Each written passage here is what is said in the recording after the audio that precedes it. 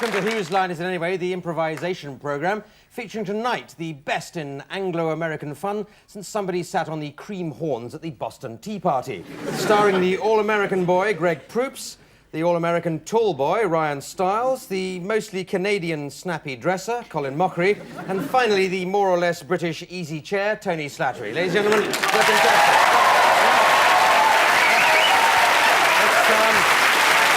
we're going to begin with a game called Scenes from a Hat. This is the hat. This is for all four contestants who'd like to get ready. Into the hat, we've put lots of suggestions for little scenes to act out. These would be suggestions be made by members of the studio audience, and I'll just pull them out and buzz when I've got the idea of what you're doing. So here we go. Robin Hood selecting his merry men. I'll have all of you! Yes. Practicing voodoo.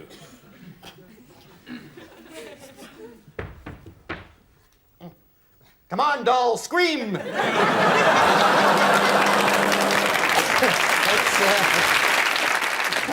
Before toilet paper. Jimmy, get in here! Oh, dear. The Princess and the Frog. There were two of you a moment ago. I'm back now. Bonjour. Bonjour.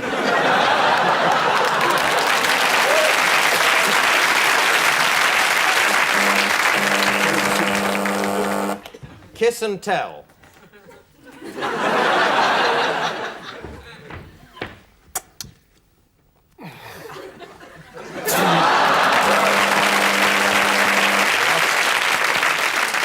Librarian jokes.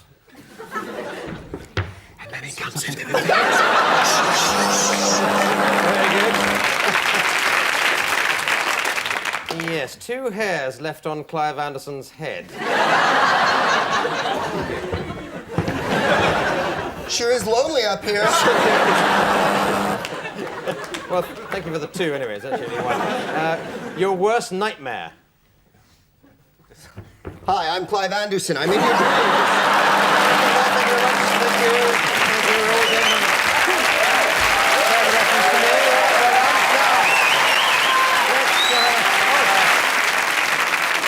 I have to mark that, and I give 5 points to everybody who didn't make a joke at my expense. That excludes most of the members of the audience as well, it turns out. So let's do film and theatre styles. Tony and Greg, you'd like to come down? I'm going to give them a little scene to act in just a moment. We'll have some different sort of styles, theatre styles, film styles to break into as the game goes on. Anyone got any suggestions? Porter. Pantomime. Shakespearean. What was that? Porter? Cole Porter. Cole Porter. Woody Allen. Love boat. Love boat? Is that just your nickname for me? I don't know. I'm more tugboat, actually. Now, what... Any more? David Miller. Yeah, we've already got pantomime. Now, what else? No, OK, you want a style, don't you? No, a scene. Tony, you're a passenger on a plane, and Greg is the friendly steward or stewardess. OK, that's your scene. I'll give you some styles as we go along. Duty free, overpriced stuff you don't need. Would you like a watch, maybe? No, I don't, because your makeup's repulsive, like all their students. Right, then I'll have a couple of useless things. I'll have the teddy bear for £92. All right. And would you like maybe a carton of these? All right. Well, let's start with a horror. Let's see what's in the carton first. Yes, you fit into my plan quite nicely. This is my angry cart. It's the stewardess from hell. Where's my crucifix?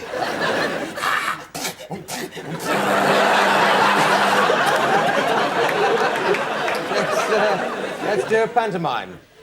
Did you see the way she spat at me, boys? We know a song about spitting, don't we? Off you go, then you start. All right. Everybody over here, spit, spit, spit, spit, spit, spit, spit. Sing, damn it! That's right. That's right, spit, spit. And my half of the audience go... Cough, cough, cough, cough, cough, cough, cough, cough, cough. Well, boys, who do you think... Shakespeare. My liege, yes, come stewardess-type person. You wheel your trolley forth with goodies, none of which I want. Hot cheese, says I. See how I wheel my cart, and I caper and bandy about. So. No! Wait! You cannot do this at your leisure. Please show me the safety procedure.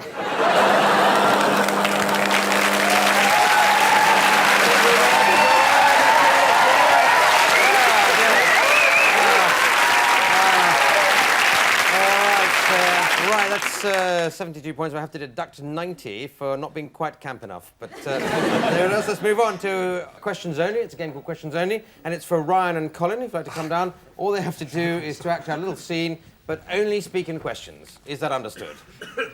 Yes, of course. Now, the scene I want you to do is one of you is confronting the other about a girlfriend. You know, I know, breaking up your relationship, something like that. Only in questions, and I'll buzz when you've come to a natural end. What are you doing here, Gary? Why do you ask? What are you doing around these parts? Isn't it obvious? Have you come about Shirley? Is the Pope Catholic?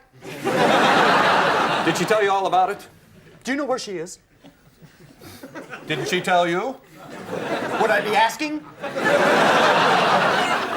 Can you satisfy her as I can?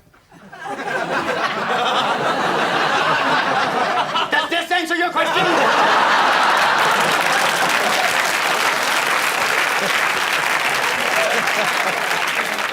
Where did you buy that? Don't you have the catalog? Have you noticed I don't have one?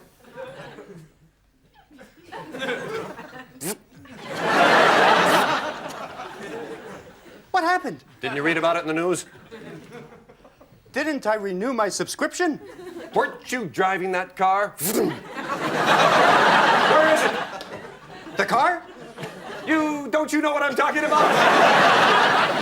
How can I help you? Isn't it this in your pocket?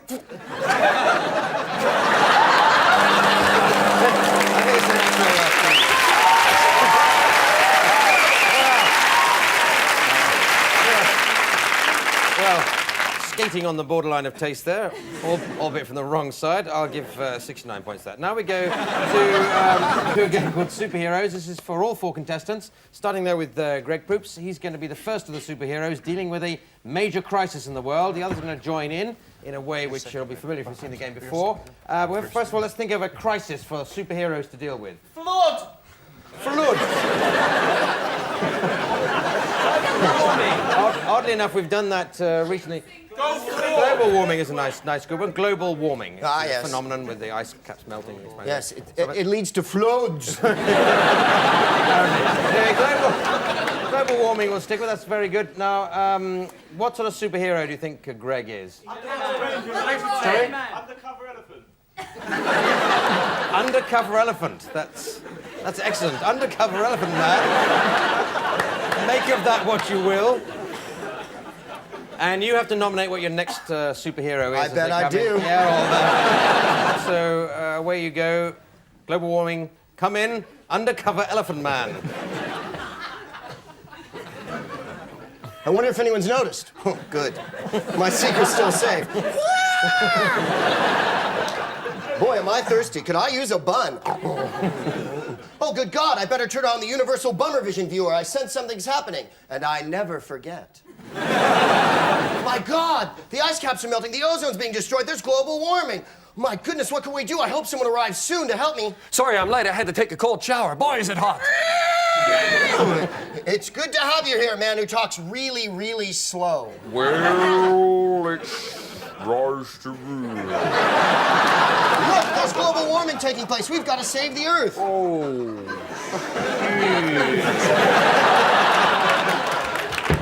I'm sorry I've been so long. I was having my bikini line waxed. I heard there's an emergency. Thank God you're here, flatulence boy. There's global warming. I'll try and cool it down. No, that doesn't work. That's more heat. I heard about the global warning. Thank goodness you're here, Captain Ballerina.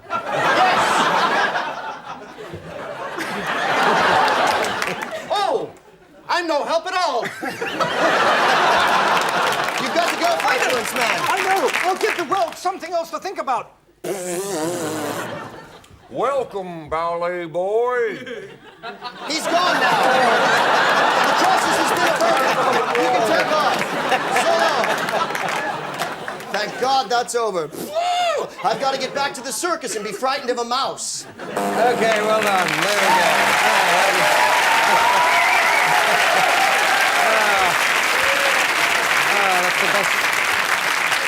That's the best round of superheroes we've done for ages, so I'll give you all equal points, whatever they may be. Now we go to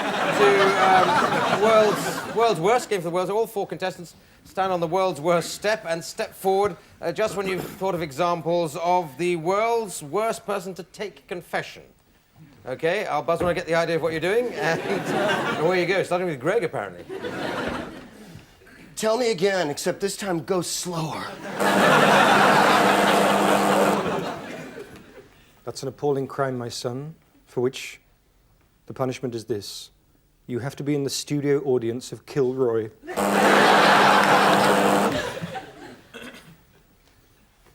Pardon? No, go ahead. Yes, these booths are really close. Is that Paco Rabanne? It's a lovely cologne. Done it. Yeah, I stuffed that. Pop down to shops and get me 20 Rothmans. No, I'm listening. How do you like your burger? You'll have to pardon me. I just dropped acid before I got here. Carry on. Meh. Shh. Everything's you. What about me?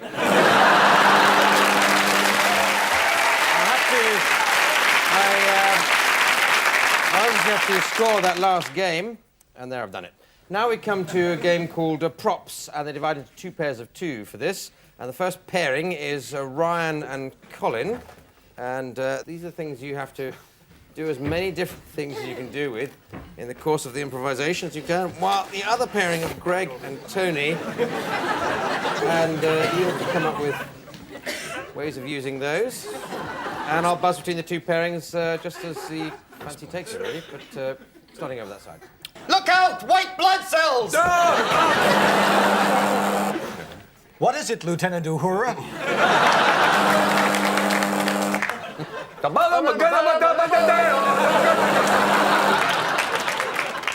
I'm Dennis Street Porter. Do you like my earrings? Boy, that dandruff.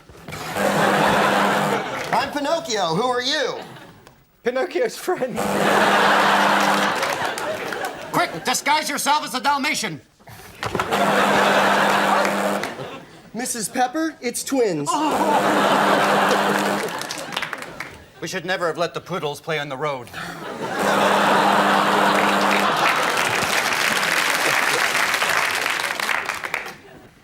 Ladies and gentlemen, my first guest, Bridget Nielsen. Okay, let's send that. Oh, we've got some more. No, ready, yes, Sorry, I'm scoring that based on the audience's applause, and it's nothing each, I'm afraid. So we go on to a game called Scene to Music.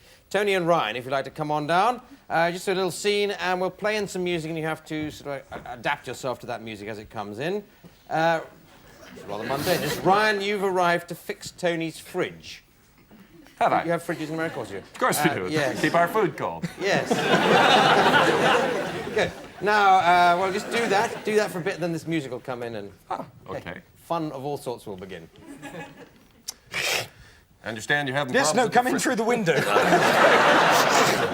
Yes, I'm having problems with my fridge. All my ice pops have melted. I see. Well, I want you to know you got one of the most experienced fridge fixers around. But he's not here, though, is he?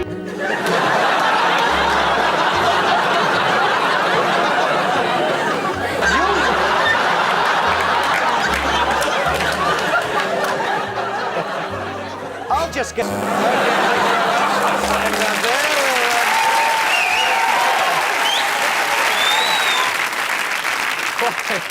Quite how that music inspired those thoughts. We'll leave that to you. Well, I'll give you no points for that. Now we come to a game called Standing, Sitting, Mending, which sounds fun. Let's hope it is. As for Ryan, Tony, and Colin, if you'd like to come on down, there's 2 chairs are there for your assistance. And in this scene, at any given time, one of you must always be standing, one must be always bending over, and one must be always sitting down. So if the bending down one stands up, then the standing up one has to bend down. This will all become clear. I'm sure you've got the rough idea. But we need a scene for where they are. Oh, chip shop. Do you know what a chip shop is? You've been in here long enough to understand it? It's a takeaway food shop of some sort. Okay? Right.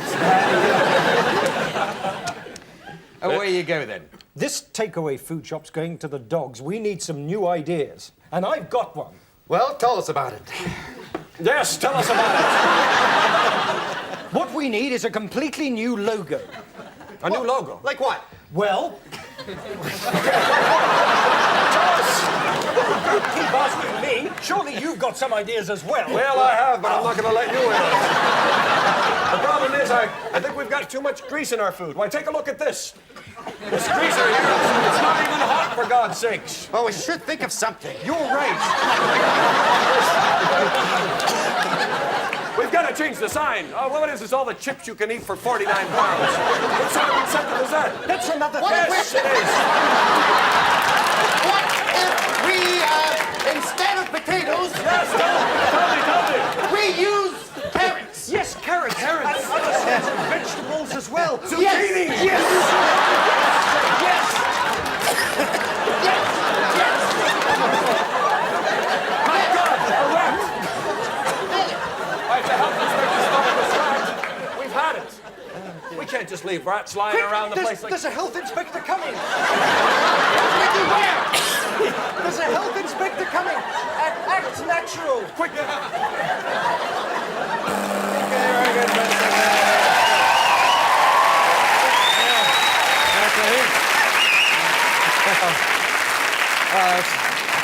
That's so good, I'll give 5,000 points to Greg just for being left out of the game. Anyway, let's move on to Helping Hands. It can feature Ryan and Tony, if you'd like to come down.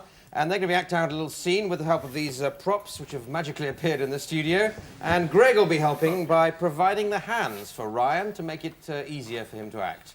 And Greg will be thrusting his hands in there. Where? Well, there or thereabouts. And away you go, and you can work out from the props probably, but the idea of this is, Tony, you've gone to Ryan to find out about pet care. Well, this is Fluffy. I'm sorry. Oh, this is the little one, is it? Hello, Fluffy. Yes. Well, we'll just put her in the back. Well, I wonder if you...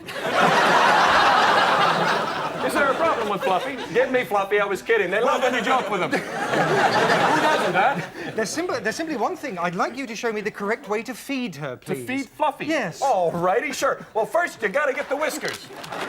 We'll spill a few, because the rats need to eat too, of course. But, you know, they love the soft food. They don't Yes. care for the hard food too much. Yes. They don't Yes. care for... I think I'll just grab a can of food here. Yes. Put it out in the bowl for Fluffy. Yes. Actually, you know, I'm a bit peaked myself. I think I'll have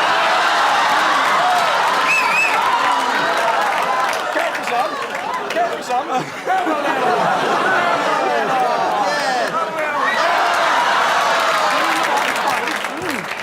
Now, it's important to always keep up when you have animals around. You keep yourself up. That's Yes, why well, we use a little bit of this.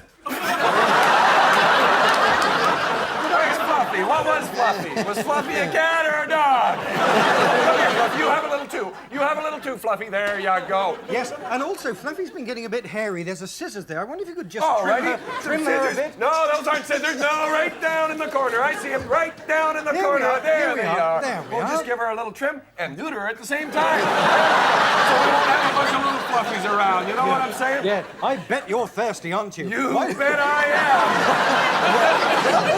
Why don't you just treat Have a little of that. treat yourself You know what? to some milk. I think I'd rather have it mixed in with the stuff from the can, if you wouldn't mind. Right out of the bowl. Pour her in the bowl. There we are. There we go. And you know, you don't drink like humans. You have to lap it up. Lap it up.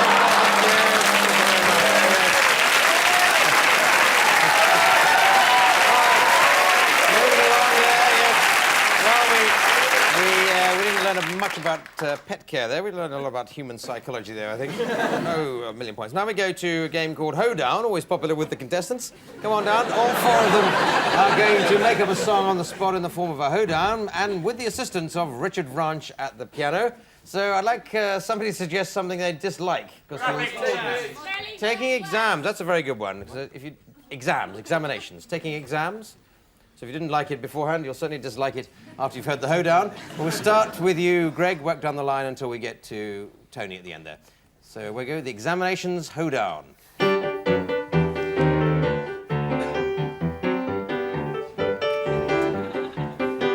Oh, I went to college, I wasn't very smart. I'd throw my hands up, giving up at the very start. Every test I take, you know, you tested would I fail. But it doesn't matter, 'cause I am Dan Quayle.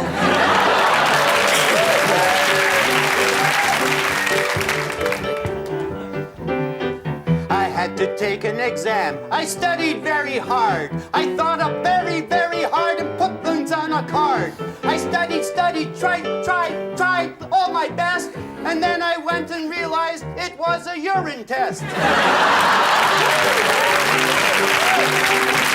Oh, I love exams, they are so much fun. I love to take the paper and sit down on my bum. Oh, I am very smart. Oh, it might sound kind of silly, but I pass every test 'cause I write notes right there in my willy.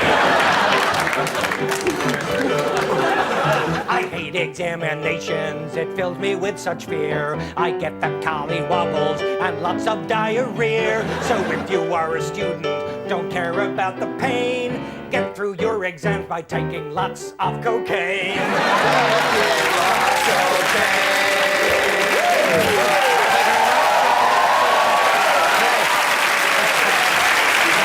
And just a reminder, he's only joking. Just say no. We come to the end of that programme, and totalling up the points, I see that despite that, Tony Slattery is this week's winner. So well done, Tony.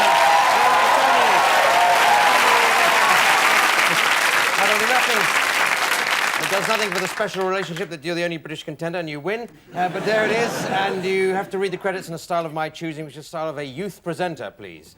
You must have been that sometime, Tony. So it just remains for me to thank Greg Proops, Ryan Stiles, Colin Mockery, Tony Slattery, Richard Branch, the piano, me, Clive Addison, saying good night. Good night.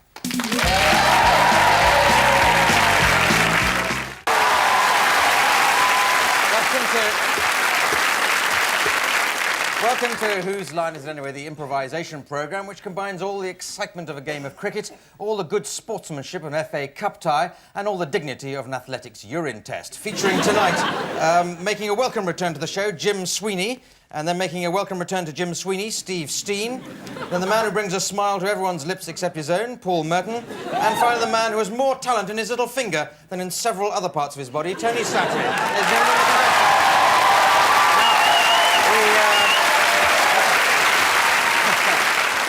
With a truly enthusiastic audience, we start with a game called Authors. It's for all four contestants who'd like to come down, and they're going to tell a story now. Well, they're going to get the audience to suggest the title of the story, but they're each going to adopt the style of a favourite author. So who's your author, Jim? Agatha Christie. Agatha Christie. Yeah. Jolly good. Steve? Andrew Morton. Andrew Morton, yes. Ooh, a very unpopular author, one of our royalist members of the audience. And Paul? Hello Magazine. Yes, and Tony? The rhyming couplets of Rupert Bear. Quite a fine selection there. And now can we have a title? Make up a title for a story? Weasels in the Fog. Death of a stand-up comic. That's two or three of them with some experience of that. So away you go. I'll buzz when I've got the idea of your story. Inspector Throgmorton surveyed the scene. There lay Charlie Chuckles. He was dead. Miss Marple entered the room. What do you make of it, Miss Marple? The frail old lady looked at him and said, I've still got all my own teeth, me! I stopped him throwing himself down the stairs just at the last moment. It could have been so much bad for him. So much bad for him. That's Andrew Morton for you.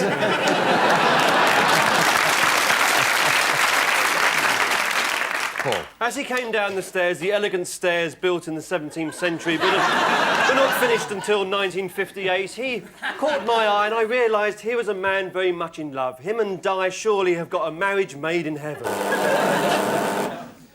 Rupert spied his trousers on. Much nicer they were than Paul Merton's. With this thought in his head, he leapt out of the window. Then he wept, for he did see along the street someone who he thought was a bit of a geet. You're babbling, Miss Marple, said Throgmorton. You're talking in rhyme. What are you talking about? I'll tell you, I was so depressed I threw myself and tried to impale myself on Barbara Cartland's eyelashes, but it just didn't work. Barbara Cartland, can there be a more respected woman in Great Britain? Barbara Cartland, witch and hag, too much makeup, fascist bag.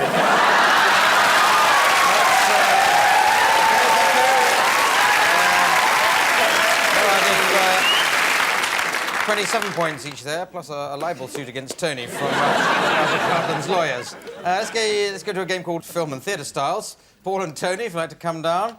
I'm going to give them a scene, but I'd like some theatrical styles, some film styles for them to do it in. Film noir. You're working as a team tonight, aren't you? Any more? Sorry, Peter Jones, you said? That's a shop in London. Doctor Who. Yes, we haven't done that for... Children's nativity play. Melodrama. Horror, melodrama... Sorry, what was that? Agatha Christie. Agatha Christie. Right. All they have to do it for 40 years. That's really good. OK, that's good. Now, let's hope... Now, what are you going to do? Tony, you're a prisoner, and Paul, you're the jailer. So that's the scene you have to do. I'll give you the film styles as we go along.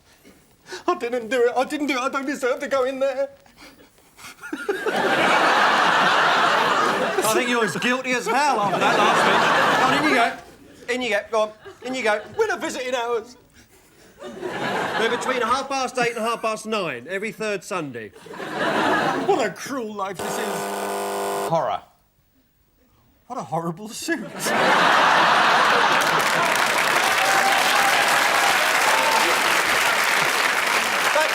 That's good coming from somebody who's dressed up as Doc Holliday. This is just lapsing into personal abuse. It's just abuse. You shut your face. Well, let's... you're already getting there already, but do children's nativity. And then the jailer said to the baby Mary that there's no room in the jail.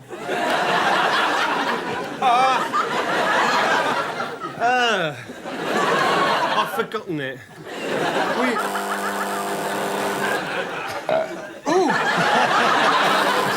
I did that in a nativity play. I burped, so that's why. Yeah. So it's like personal, isn't it? Yes. It's lapsing into nostalgia now. Film noir. Listen, Norris, you're never going to get out of this. But yes, Norris, that's your name. Bert Norris. You're never going to get out of this prison. I'm going to turn the light off. Look. Yes, it's interesting the way the lights... Hello, where's the cigarette come from? What's all this? Excuse me while I just get on my moped.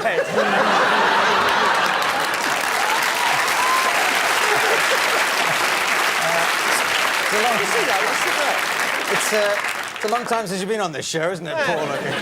Doctor Who. Doctor Who. What are you gabbing? Oh, look, it's Doctor Who, look! Have you noticed this cell is bigger inside than it is outside? Yes, well, you can say the same thing about my underpants. No, you can't. And let's end on pirate film. Arr, I know what we're doing. Yes. Dyslexic pirate. I'm going to swing through those bars and then I'll be outside. Quick, come on, me hearties, let's break out of jail. But I'm the jailer. I don't know about that. Let's end there. I can't tell any more of this. Right.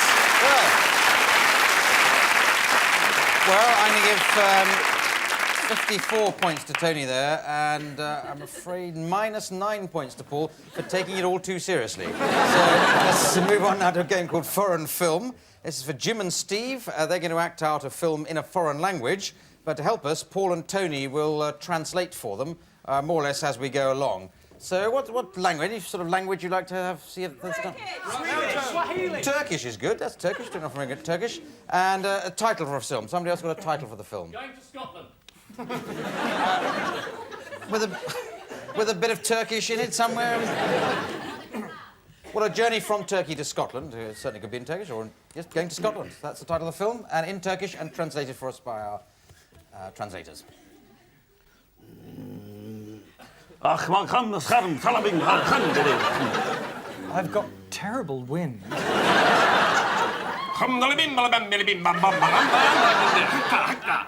Did you see the Eurovision Song Contest last night? Gwent. Bucks fizz come from Gwent.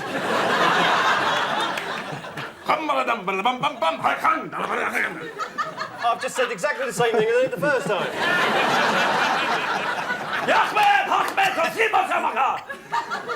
Can I borrow a cigarette? Sure, take the pack.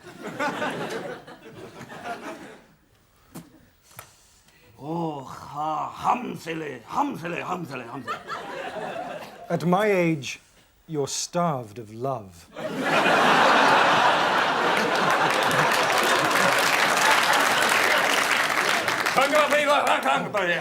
Well, I must be off.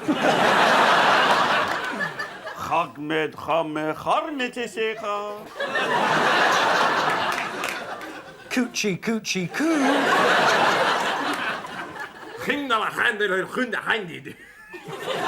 It'll cost you 50 quid.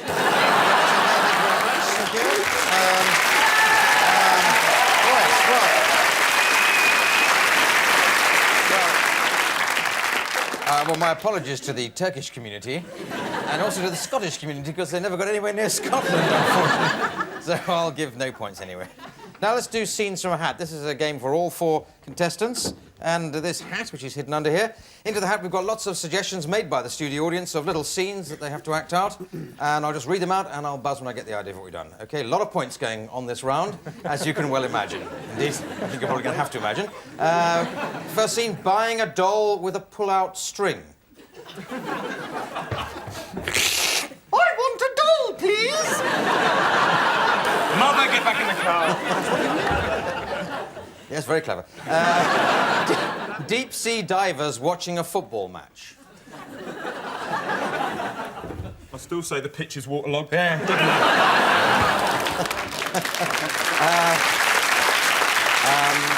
A pecking order for fruit.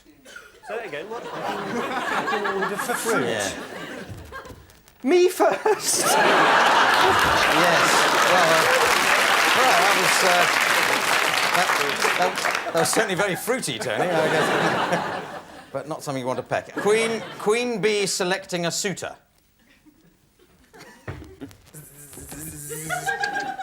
Fancy a shag? I don't think you'd want me. I'm Giles Brandreth.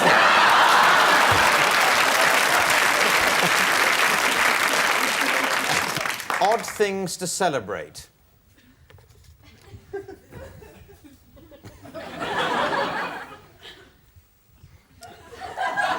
I had my first piss 35 years ago. Yeah,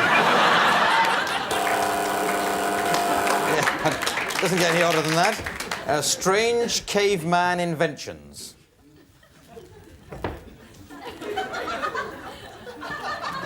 Look what I have made. Mobile phone.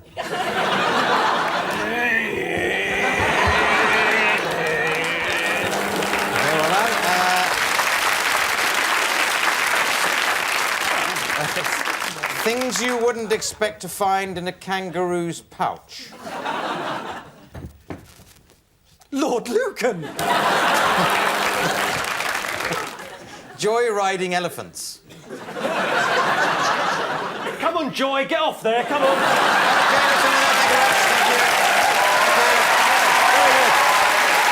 Having scored that last game, the scoring is becoming really very interesting. I think I'll just have a look at it. It's so interesting. Yes, now let's do another game called Props. They divide into 2 pairs of 2 for this.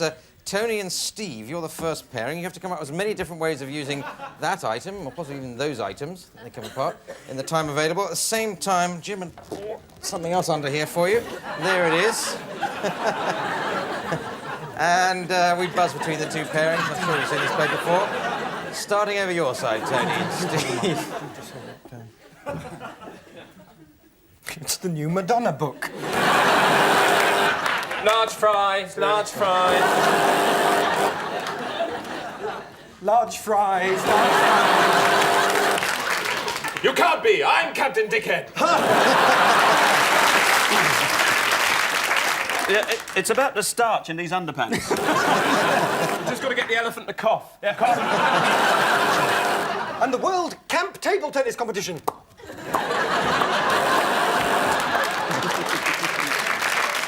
I first joined the Royal Ballet, I don't know, about 1968. Hello, my name is Ranulph Fiennes. I've just walked across Antarctica. Do you mind? I'm in here. Come on. Thank you very much. Thank you. Right. Very good. Jolly D. And it's fairly obvious who won that game. And now we go into another one, which is called Alphabet, for Paul and Jim, if you'd like to come down. They're going to act out a scene, but they've just got to begin each line with successive letters of the alphabet. So A, B, C, and so on. But we don't have to start at A. I've got a favourite letter we'd like to start with. Sorry? J. Well, you're very firm about that. You've researched that. J. OK, it's too late to revise the alphabet, Paul. And just do a scene of a confessional. OK, but starting with J and ending on J. And there you go. Just come in, son. Come in and just tell us your sins. Kevin, my next-door neighbour, I buried him up to his neck in sand. Let's see if I've got this right. Kevin. My, yes, that was his name, yes, Kevin, yes. No, not Kevin. Oh, yes, it was. Please don't tell me it was Kevin. Q? What word begins with Q? Q does. The word Q begins with a Q. Q. Gardens is where I buried him up to his neck. Right, well, that's a terrible sin.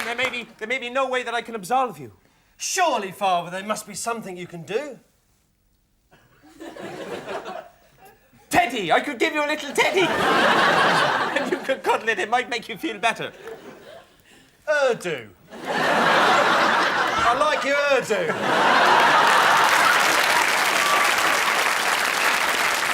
Very kind of you to say so. Thank you very much. Windoline. Xylophones need this to make the notes shine better. Youngsters know best. Z. I'm Jimmy Olsen calling Superman. Z. About time, too. I wonder when Superman was going to turn up. Big git Superman. Yeah. Chair. Can you tell me when he's going to get here? Don't know, but he could be here any minute. Look, there he is. Everyone's looking up at the sky. Is it a bird? Is it a plane? Frankly, I don't know. Good heavens, look at the way he's soaring towards us. Help, he's going to land on our heads. Incredibly so. Just a minute, I'm off. Well done.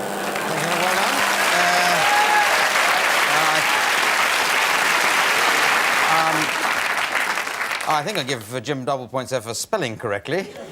Nothing there for Paul. Now we're going to come to a game called Scene to Music. Scene to Music with Jim and Steve. You'd like to come down. All they can do is to act out a little scene, and then they have to bring in, incorporate into their acting something which fits in with some music, which will come in after a few seconds. Just a scene at the greengrocer's. Scene at the greengrocer's. Or veg. OK. I did say veg. Hello.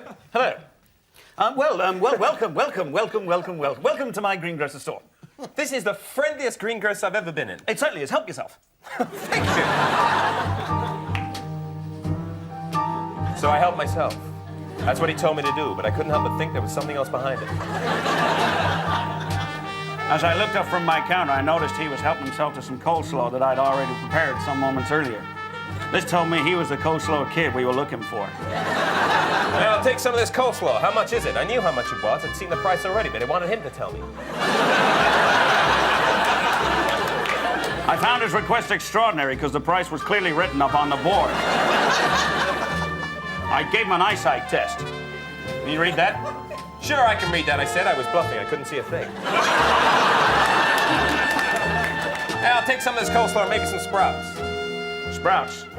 Yeah, the key word sprouts. 15 years ago, we'd met over a pile of sprouts. And it all ended very messily and very windily. We met many years before over a pile of sprouts. We were both naked. We moved for the wrong sprout. Brought tears to my eyes, I can tell you. But you know what they say? A man can fire on one piston. And he'd had a big family.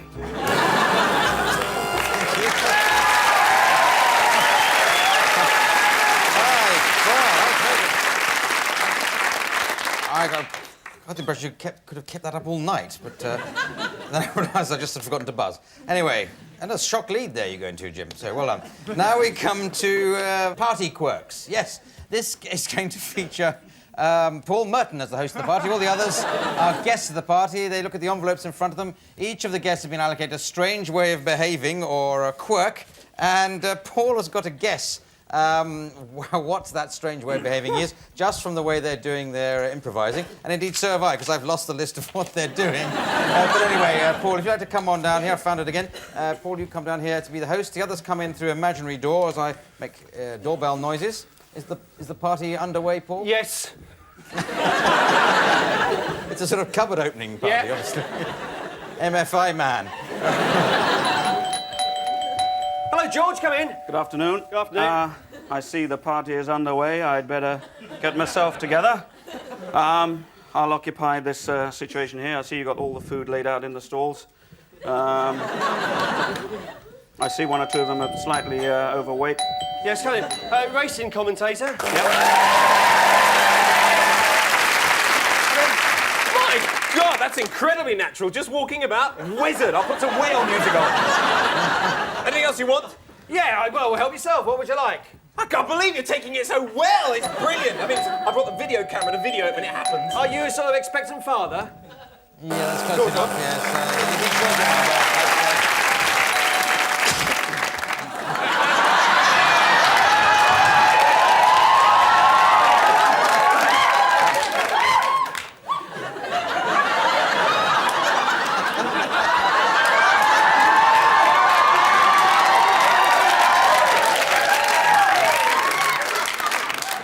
Have you got any twiglets? You have, by the look of it. Yes, there were some triglets over here. Yes. Glad to help you.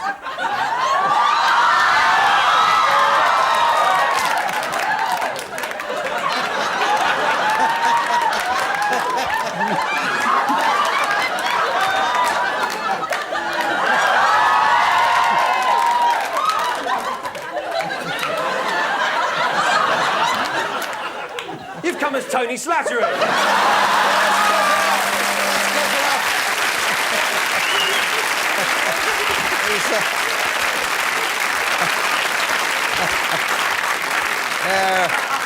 As you can see, that's close enough because he came as a chipolata. No, chicken down, sorry. I don't know, I got it wrong. Very good, Paul, very good. And now we go to a game called March. This is for everybody. If you'd like to get in a position, everyone's going to make up a song on the spot with the assistance of Richard Vranch at the piano. So, a march song they're going to do about something somebody dislikes. Tomatoes. Well, vegetables generally, okay? Vegetables, tomatoes, all that, so vegetables. The vegetable march. Away you go.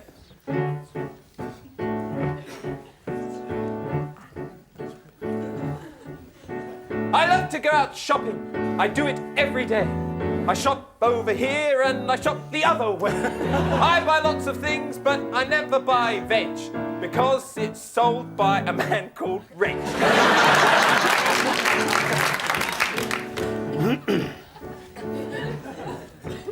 I hate everything! Everything that's green. All kinds of vegetable to me are obscene. I wouldn't spend all day working on a plot. No, quite frankly, I'd feel a bit of a twat.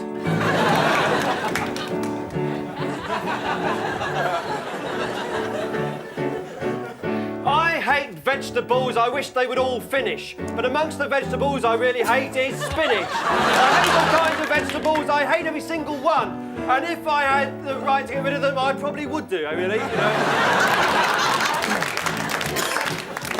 I've got an aversion of vegetables. They really make me puke. Except for one tomato. I like him. He's called Luke. But the biggest pair of vegetables who really make me sick are the two from Good Morning with Anne and Nick. Oh, dear. Right. OK, and this is very exciting because for the first time for a long while, it's a dead heat between all four people. So well done. And you've got to do the credits in a style of my choosing. So can Paul and Tony do a football interview while they're reading the credits, and the other two are the irritating people who get into the shot behindhand. It just remains for me to thank Jim Sweeney, Steve Steen, Paul Merton, Tony Sally, Richard Branch, and me, Clive Anderson, saying good night. Good night.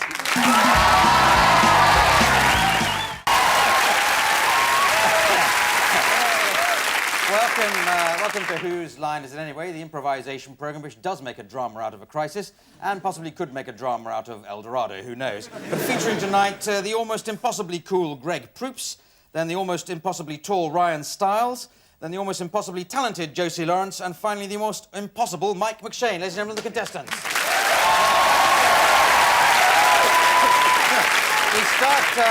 We start as usual with the first game, and this week will be film and theatre styles for Josie and Ryan. Well, come on down. I'll give you a scene to improvise in just a moment. First of all, I'd like some suggestions, please, for film or theatre styles.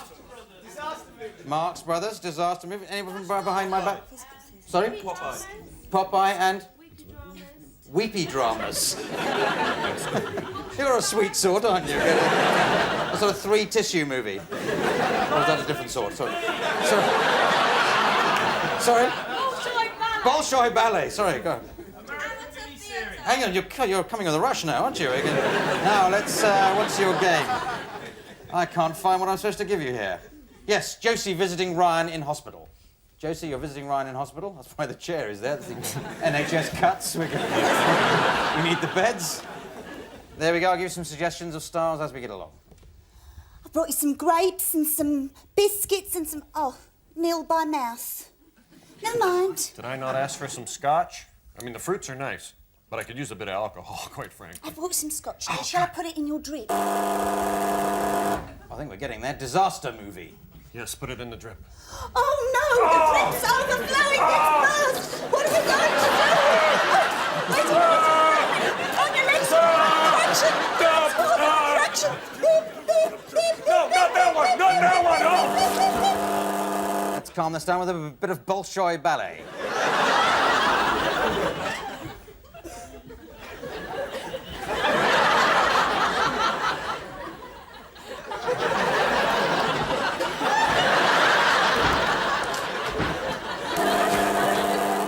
Okay, some sort of weepy, a rather sad, you know... That really hurt. You've pulled my groin. Not that it was bad. I mean, it's the most exciting thing that's happened to me since I've been in this hospital. Oh, darling, don't die on me. You're my very life, my very soul. If you die, I don't know what. I could never leave you. Leave you alone with the children. I'd be jealous of the angels up in heaven if you were to go. I will stay with you here forever. Thank you very much. That's in there. That's very good indeed. That's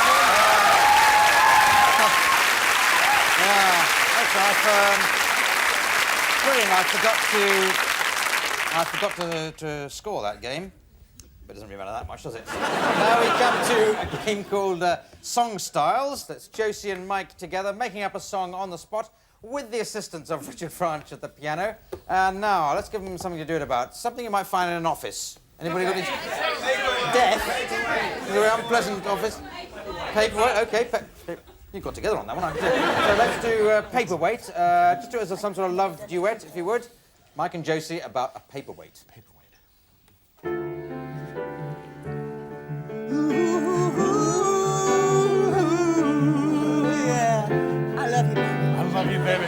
I've got a present for you. Give it. Our love is so heavy. It's so heavy, I can't wait to tell you how I feel about you. So I give you this paperweight. Well, I love you, baby, I love you. And I think I know your caper. Come on, baby, put your weight on me and treat me just like paper. You're gonna fly away unless you have some weight on you. Wait on me. I'm the weight you've been looking for, and I know just what to do. Oh, baby, you never make me sad, never make me frown. You will never weigh me down. I love you and it's not too late. You're my loving paperweight. You're my paperweight. You're my paperweight.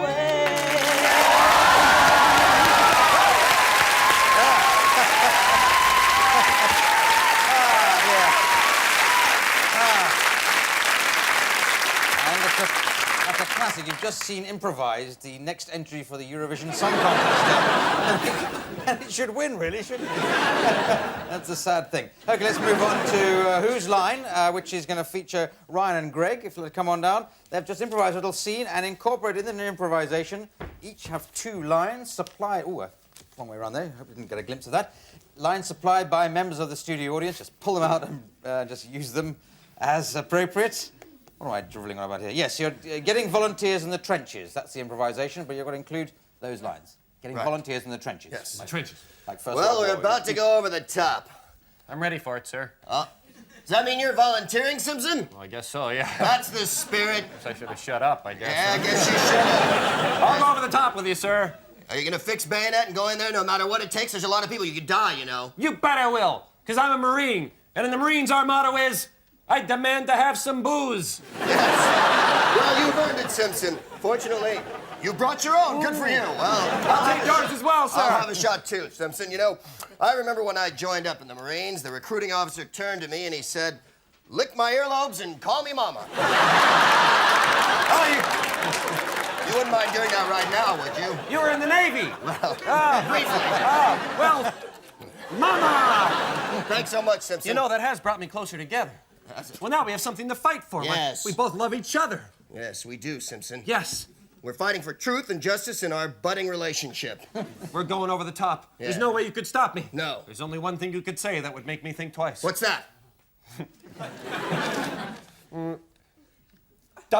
Dip it in gin and reduce the swelling. I'd like to, Simpson, but there's no time for that now. Come we on. have to go. Well, you got the booze right here. Why not? We'll dip it in gin later. But first, our battle cry before we go over the top. Right.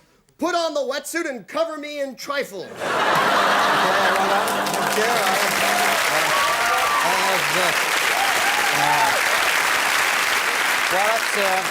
I think that's as good as that game gets. So out of 100, 1 point each. Now move on to good game. This is called Standing, Sitting, Bending. It's for Josie, Greg and Ryan, and you can employ those chairs as well.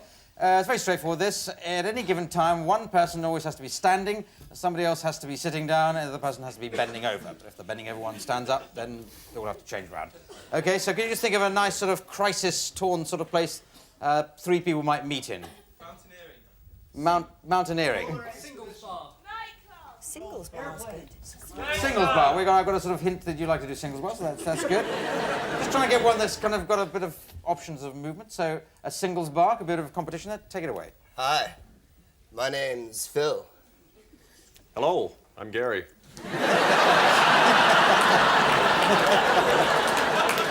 Oh, I'm sorry, were you talking to Phil? No, Because if you are, just let me know. no, my name's Sonia. Oh, Sonia! Yeah. Lovely name. Pleased to meet you. Pleased to meet you. Hi. Sonia, I'm Phil. This is Gary. He's my newfound friend. How are you? Good to see you. Is that an American way? Oh, yeah. Say, would you care to dance? Oh, I don't know. Oh, come on. Come on. Dance a little with me. Oh, I don't know. I don't know. I'll sit this one out. No, I'll sit this one Oh, out. all right, I'll dance with Well, you. then you two do. OK, thank you very much. Thank you. I guess we should have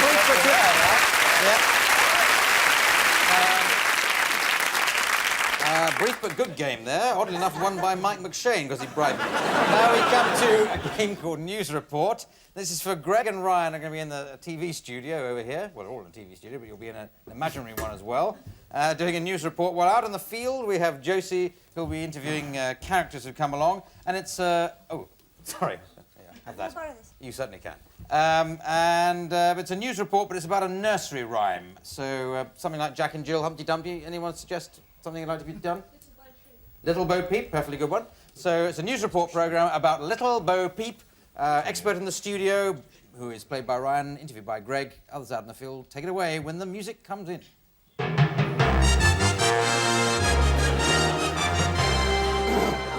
Good evening. I'm Tongue Deeply.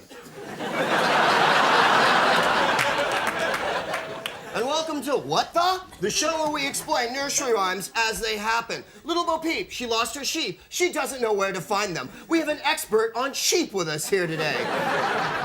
Dr. Lepus Wool. Doctor, any comments? Well, I know that it wasn't virgin wool. I'll tell you that, my friend. I think I know what you mean. Oh my God, I have someone coming in my ear right now. It's Kenesha. Kenesha Dinge is out in the field with a special report. Kenesha. Hi, Tongue. I'm here with, Hey, quiet down back there. I'm here with Little Bo Peep herself, obviously quite upset. Bo, how did this happen? It didn't happen at all. I went out in the back to take a piss. I came back out. I don't believe I just said that. I'm sorry, I've been drinking with the sheep. I found them in a pond. Thank you, Kenesha. Little Bo Peep, she's wasted. Wow. What about leaving them alone and letting them come home wagging their tails? Would you come home wagging your tail if a 300-pound woman was pissing on you? No. Absolutely wouldn't. I think the sheep are gone, my friend. They're gone. Bermuda, they got a ticket. They're not coming back. I gotta hand it to you there, Doctor. You're absolutely right. Something else is in my ear here. It's Kenesha Dinge. She's out in the field with someone else. Kenesha, chucking it to you. Yes, quite a scoop. I've just found Bo Peep's best friend, Mary, quite contrary, who, all the sheep seem to have gone to her garden. They seem to prefer you, Mary. Well, you know, I know how to take care of sheep. I understand them. I talk to them. I read them stories, and I make the right kinds of foods for them. Bo Peep, you know, we're talking about ritual abuse. We're talking about stunted childhood. We're talking about shaving corn circles on their backs, and it's not a very nice thing to see. Not a very nice thing at all. Back to you, Tongue, and see you later. Thank you, Kenesha. Any final comments, Doctor? Sheep, where are they? Yes, I have to agree there. Tune in next week on What The? When we talk about Little Boy Blue and children and horns.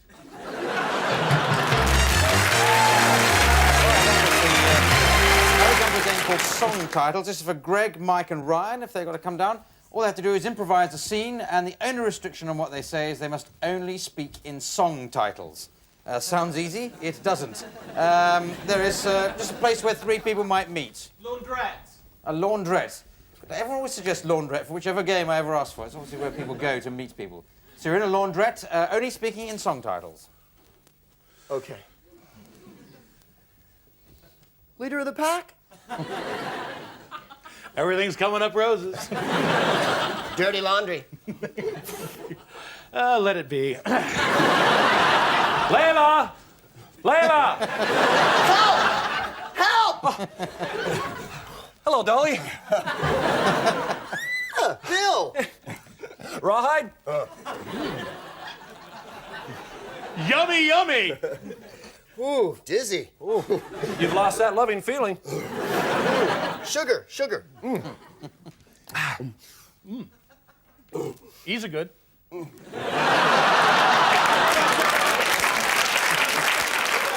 Oh, thanks for the memories. Okay,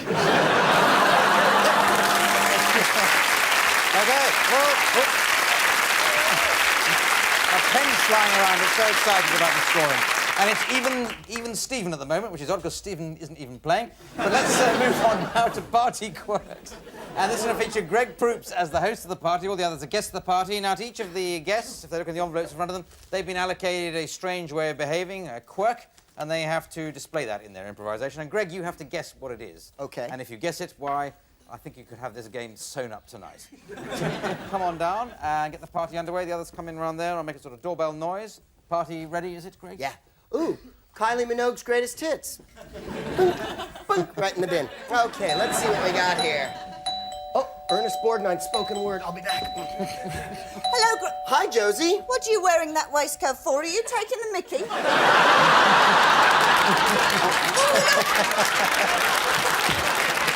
Bread and lots of butter. I like butter.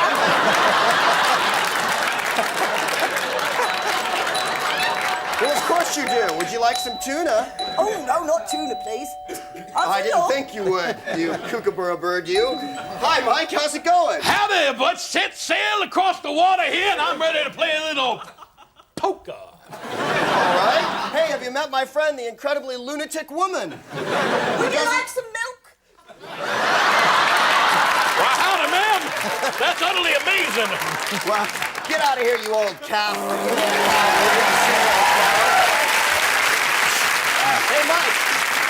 You want a drink? Well, sure. A Southern Comfort and a spit in it. I'll pour by myself there. Hi, Ryan. Hey, how are you? How's things? Good, good.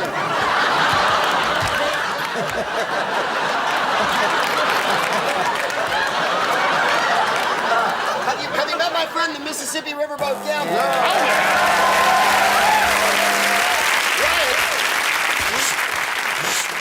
Ryan, why are you closing my blinds? Well, I don't want anybody to see him. Has the sacks arrived yet? Yeah. Oh, there it is. Get out of here, you old Secret Service person, you old presidential guard.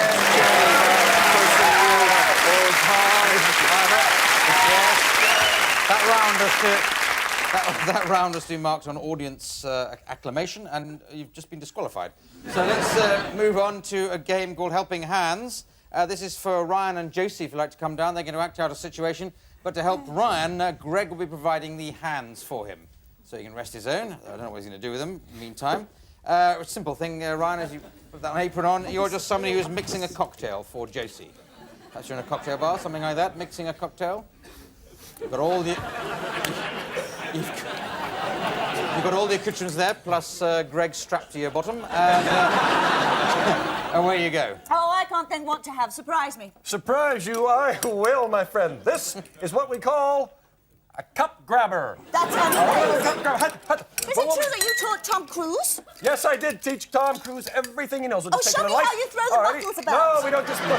Easy way would be just to put it in the glass, but no. Yeah. Oh, that one was a bit too far. We'll get it. There you go.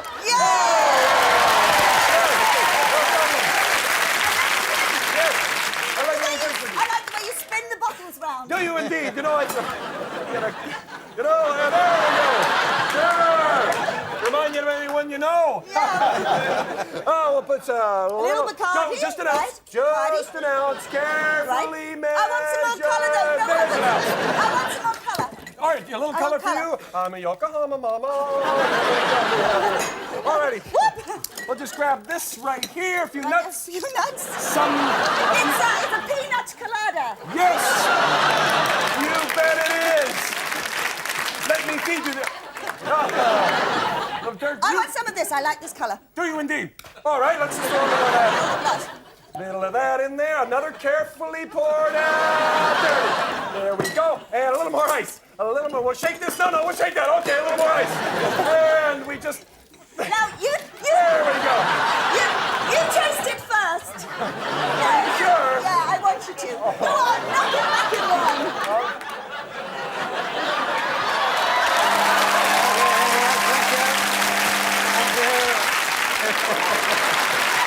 That's it.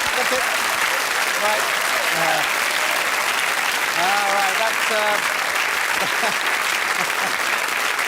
Oddly enough, that round was won early on with the peanut colada line, so Josie into a storming lead. As we move on to a musical, this is for all 4 contestants, and they're going to make up a musical, American-style musical, about somebody here in the studio audience, with the assistance of Richard Branch there at the piano. I'm going to find or select somebody now, and to to see what we can make it about. Yes, let's come to this Friday. This is always a popular way. You, sir, you've been enjoying the show tonight, haven't you? Never mind. What's your name? Robert. Robert. Now, is there something you've done the last week in your life we can feature in this musical? Something good? Or bad? I taught a course. You taught a course? I taught a course. What sort of course? A business course. Business, so teaching a business course. Have you got any sort of ambitions, something you'd really like to do? Go to Australia. Go to Australia, that's very good. Is there something you have to celebrate recently? Celebrations, yes. We came third in a rock and roll championship. What, this entire row here? Me and this young lady. Me and this young lady. Well, jolly good. So here we go. We want to feature in this musical. We're going to have coming third, a rock and roll championship, going to Australia and teaching a course about business. Lots to get your teeth in there. Take it away. Hey, man, we gotta get our band together. We gotta quit these stupid accountancy jobs, man. I know, man. I've got one more business to take care of, and after that, let's get our guitars and go to Australia. Yeah! Home of rock and roll. Well, I dig AC/DC, and I dig INXS, but you haven't heard the bitchin' Wallabies, 'cause we really are the best. We rock, airs rock, completely nude. All right, Robert. We jump to and fro, 'cause we have marsupial pouches. We lay around the house and watch TV, 'cause we have big couches. We live on a diet of sour milk and koala turds, and we just make up all the words.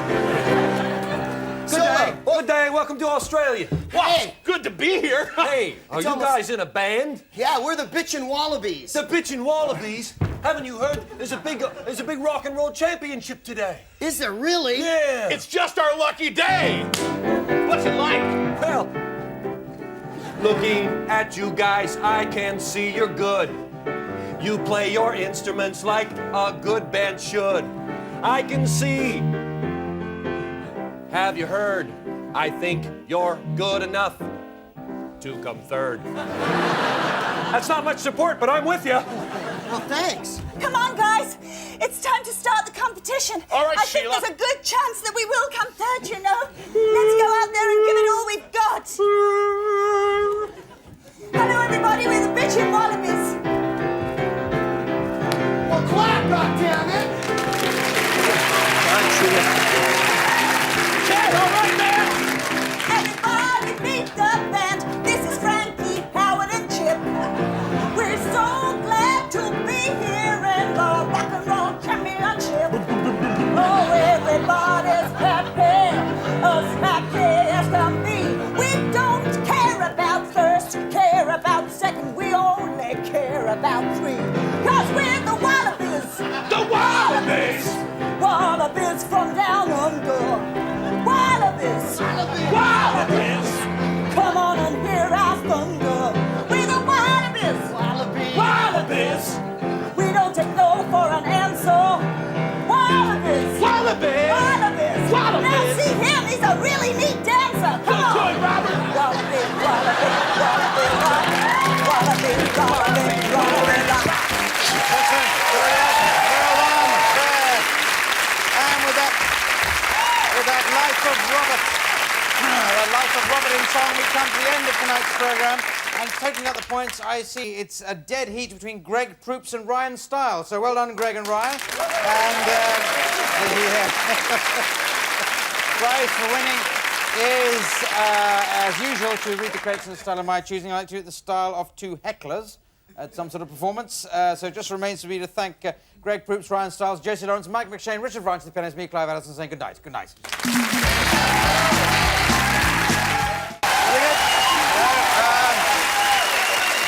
Welcome to Whose Line Is It Anyway, the improvisation show which makes Reservoir Dogs look like 101 Dalmatians and The Silence of the Lambs look like an advert for pure virgin wool. Featuring tonight the People's Champion, Jim Sweeney, and then the News of the World's Champion, Steve Steen, then everybody's Sunday Sport, Tony Slattery, and finally the Sunday Times Weekend Supplement, Mike McShane. They're doing the contestants.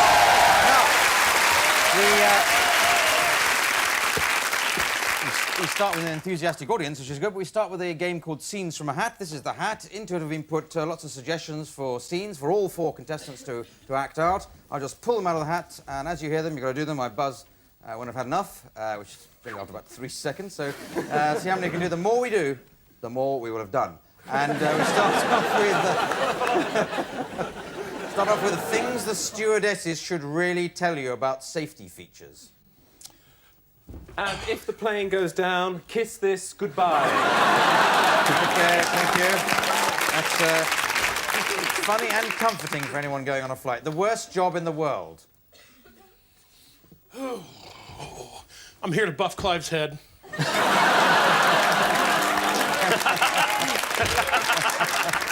Well, thank you, Mike. It's Olympic sport we'd like to see. Ready? No! For... Oh, God, oh,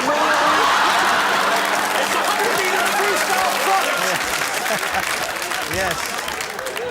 Yes. I think Humping the Tony is in it already. You gotta see the synchronized Humping the Tony. It's really good. A kissogram with bad news. Ding dong. Hello? She's left you, she's left you. She's never coming back again. She's left you. Very good. All right.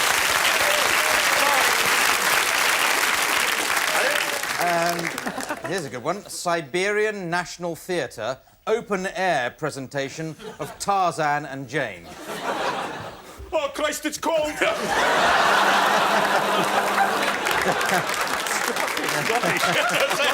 Done in Glasgow, then, obviously, from the accent. Good talking away. There's no such thing as a free lunch. That'll be £2.50, please. Right. Tony eats at the Ivy, obviously. Auctioneers at a party. Auctioneers at a party. Who wants a beer? Anyone want a beer? Got a beer? Anyone?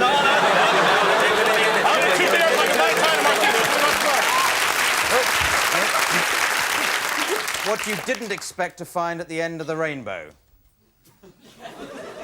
Jeremy Beadle! Okay, it's in there. Thank you very much. That's the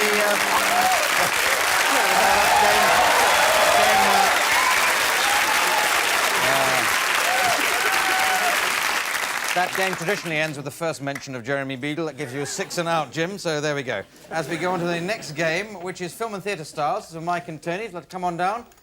And what they have to do is act out a little scene employing a variety of film or theatre styles. Anybody got any suggestions? Punch and Judy. Punch and Judy, that's a good one, yes, thank you.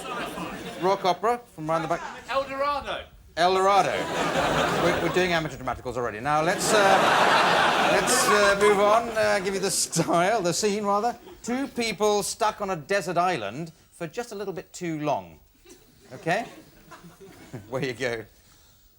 I spy.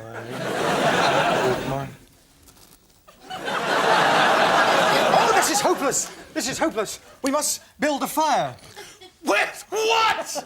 With what? We have a lot of things to put a fire out with, but we have nothing to build a fire with. I'm buck naked, you're buck naked, the tree's gone, the dog's been eaten, we have sand. A big lump of sand. A little bit of El Dorado. There is lots of sand here, yes. That's because it's a crappy film set. And if we dig deep enough, we may find some talent, but I don't know.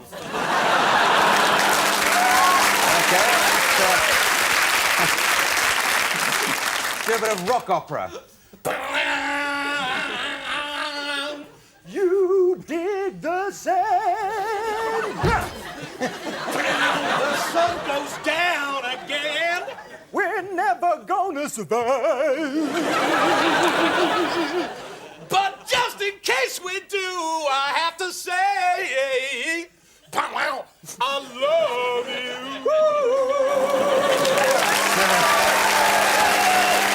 Sit down. Let's do a bit of Punch and Judy. Oh, look at the ship coming in. I can only take one person, so I'm gonna beat you to death. You beat you. You know, even though I am a puppet, I still am a woman, and I've always wanted to say, you son of a bitch. That brought back seaside holidays as a splendid bright, didn't it? It's a bit of science fiction. Why, the sand is irritated, Captain. I think we're not going to escape, and what's even worse, we may mutate. I don't know. I got to walk up. Ouch! You're mutating already, sir. Yes. I'm sorry about that. Play some of that music, and I'll walk up to the camera weirdly. Thank you very much, thank you. Excellent. That's storming round. Just edges you into the lead, Tony and Mike, by 3,000 points. As we move on to a game called Authors. This is for all 4 contestants, and if they'd all 4 like to come down, they're going to make up a story between them, taking in turns, but each of them adopting the style of a favourite author. So which author are you going for, Jim? Lewis Carroll. Lewis Carroll, always very popular. Alice the Looking Glass, all that kind of stuff. Steve? Jackie Collins. Jackie Collins. Almost equally popular author. Yes, Tony?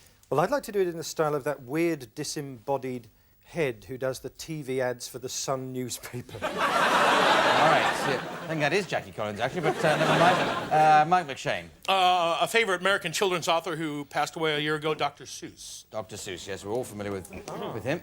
Now then, title for the story, that's all we need. That's a nice, simple story. The life of the nursery school. A day in the life of a nursery school. Right, that's, I think, reasonable enough. A day in the life of a nursery school, starting with you, Jim, as Lewis Carroll. Take it away. Alice was feeling very flustered. The 5-year-olds had just set fire to her feet. It was a perfectly normal Friday, but she felt somehow a little stoned. "Don't bogart that joint, bitch," said the big caterpillar in the corner. Past the duchy on the left-hand side.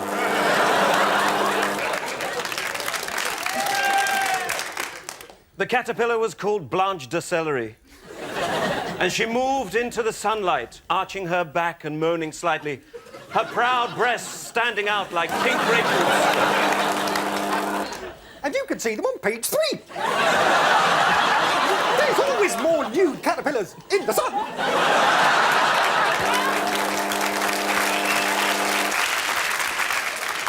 Alice said beyond belief, "I will not smoke that massive spleef. That massive spleef is so huge, I feel like riding in your luge." And the caterpillar then, he got in and said, "My name is Ben. Get in my luge and then we'll fly. We'll fly and then we'll say goodbye."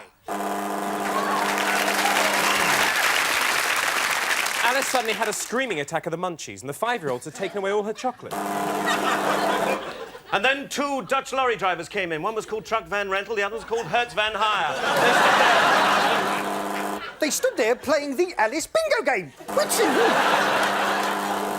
"If the game is done, I'd like to leave. My children are left for me, I believe." The caterpillar said, "You cannot go. We have to go to the planet Schmo." So Schmo they went, and Schmo they did. And they found themselves a little kid who was part of her group, and he was crying. And on his butt were 2 eggs frying. Thank you very much.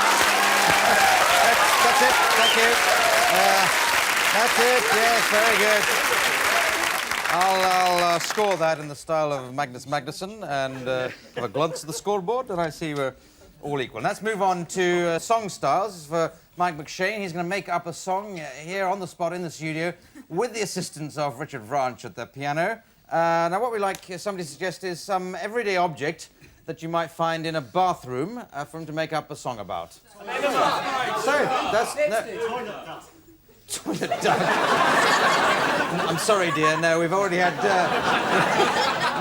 soap suggested. So soap, and we like a musical style for him to sing it in. MGM musicals. MGM musical. That's a fairly broad style. You want to try that? Sure. MGM musical. Soap. Mike McShane. Richard Branch.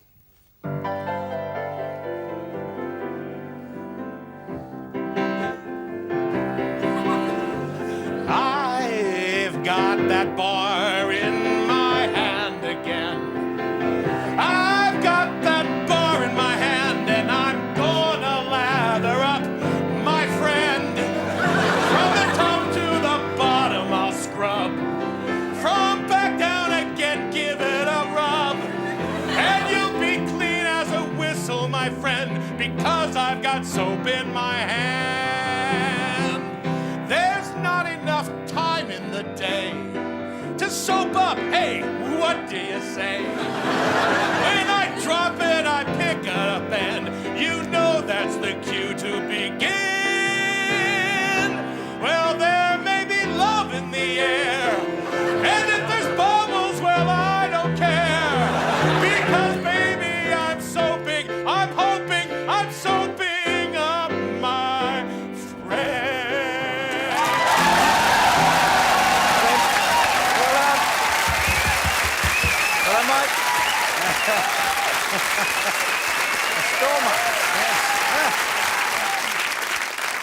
Well, that's points going up plenty on that one. Now we go on to a game called World's Worst.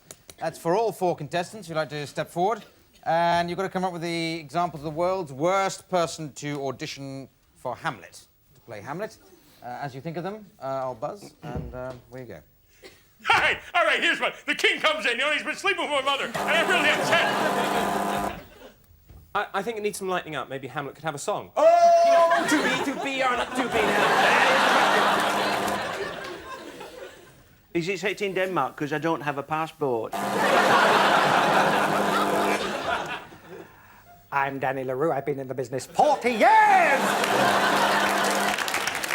Yeah, just let me get the tights on, Frank. What? I mean, because basically he's a man on the edge, isn't he? I know how he feels. See, my contract with El Dorado is just finished.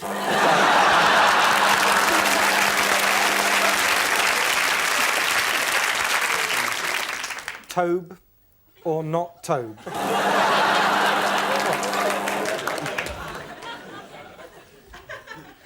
To be or not to be? That's a good question, a fair question, and one which I intend to deal with. Okay, thank you very much,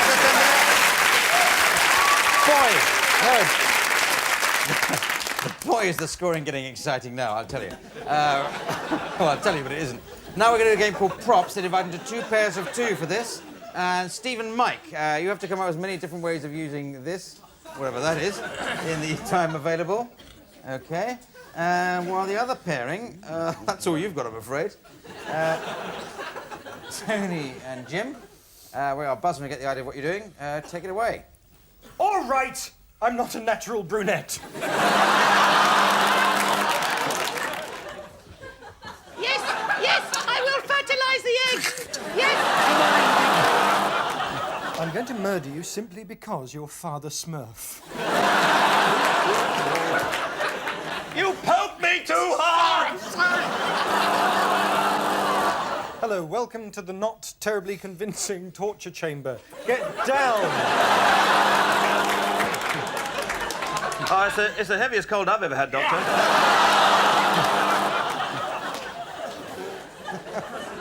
What gerbil? Hello, I'm an extra on Doctor Who. There's been a dreadful accident with Sooty. Hello, I'm an extra on El Dorado. They're desperate. Okay, that's it now. Thank you very much. Thank you. Let's move on. Thank you very much. Yes. Well, that was obviously an inspiring pair of props. As we move on to a game called Scene to Music for Jim and Steve, like to come on down. All we're going to do is just a little action and react to some music as it comes in. And you're just a guy in an office, one of you's a guy in the office waiting for the secretary to arrive. All right? But respond to the music when it plays. Where you go. What's been going on here? All my files are out of place. Where is that woman gone? Good morning. Ah, Betty, there you are.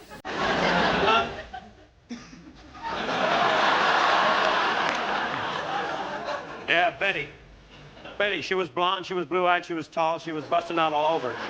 She made my fly buttons hit the ceiling, but I had to question her about the files. The files seem to be in a mess. Is it near or is it hot in here? It wasn't me, it was hot in here. The building was on fire. Yeah, it was hot. She was a walking sauna, and I was ready to sit down on her bench. Yeah, she made me feel like 2 men, 3 men, 4 men. I felt like 100 men, but all I wanted was Betty. Here, why don't you let me rearrange those files? And I knew which files he wanted me to rearrange. She slipped across the floor like she was on ice, and the ice melted beneath her. I looked at my files. They were all neat and tidy. What could I do but water with the weekend off? He ordered me the weekend off. He ordered me the weekend off. So I took the weekend off. Bye!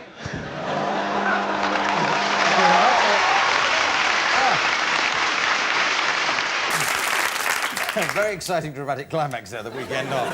Let's move on to a game called Party Quirks, which features Tony Slattery as the host of a party. All the others are guests at the party. The guests have each been allocated a strange way of behaving, a quirk, and Tony has to guess what they are just from the way the others perform their roles. So, Tony, if you'd like to come on down, the others are going to come in over there. I'll make a doorbell noise for them. And so, the party is ready, is it, Tony? Yes, the party is ready, and Got all the your theme bits of and my pieces? party is 60s dance crazes. It always is at your house, don't you know? Well, that's enough of that. I'll go and open the door. Hello, Steve, come on in. Pardon? I said, hello, Steve, come on in. What? Why don't you invite me in? Please, come in. And would you like a trifle? What? A trifle? I'll be with you in a moment. Hello, Jim, come on in. Oh, hello.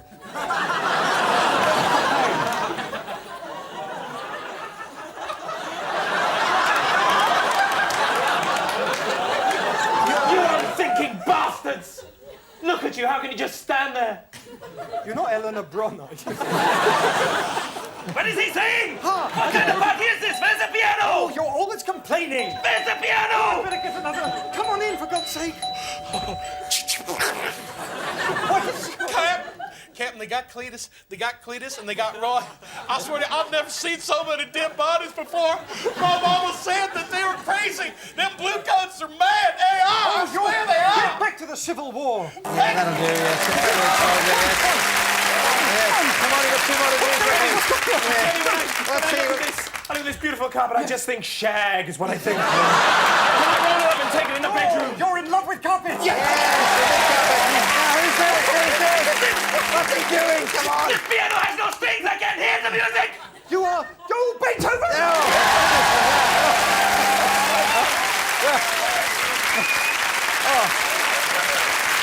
I could hardly stand the tension there, but the yelps of pleasure worth waiting for, as they often are with Tony. And now we go on to a game called Bartender. This features Mike McShane as the bartender. He's going to be seeing his customers come in, and they, instead of complaining or speaking to him, will be singing their problems to him, and he'll be singing them instructions or advice back. This will all be done with the assistant Richard Branch at the piano. So who should we have on first? Let's say Steve. So Steve, come on down. Now let's pretend Steve is angry about something. What is he angry about? Constipation. Constipation. That's a good suggestion, or possibly a cry for help. So away you go, Steve. You're angry about constipation. See what you make of that. What can I do for you? I'm coming here. I'm in a bit of a flap. And you look like a helpful chap. I feel all cornered like I'm in a trap. And it's just because I just can't crap.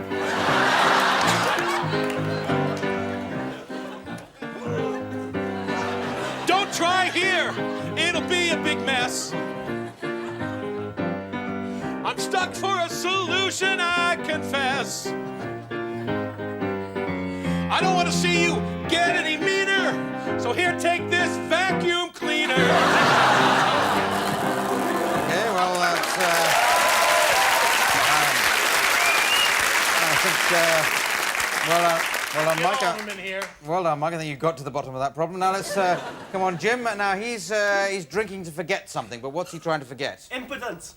All right, well, we're hitting a sort of taste level here, which is being nicely maintained. So there you are. You're trying to forget impotence. Jim, where you go. So, what's the problem? I've got a problem, it's making me sick. Frankly, I've got a useless dick. My life, it ain't no fun. Man, it's just a real bummer. Can you help me about my useless dick? Come again? I'm sorry, let me rephrase that. I take those problems seriously.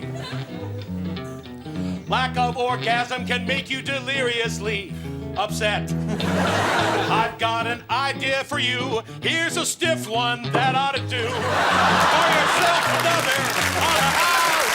Yes, very good. Yes. All right. Stiff one on the rocks. Well done. Now let's Tony.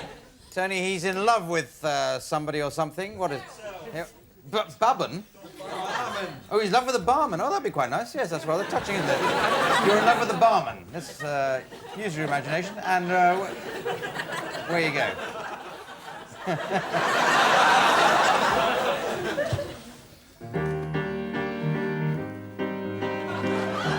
So you've been coming in quite a bit. What's up? I'm the bacon. And you're my chips. I'd like to shipwreck in those standy out nips. You are the center of my life. If you weren't a big butch man, I'd ask you to be my wife.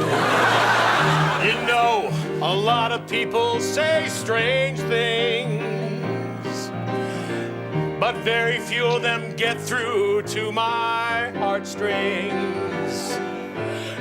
I put up a front, oh, for so long, but that burning in your eyes is oh so strong. You see through me, then do me right here.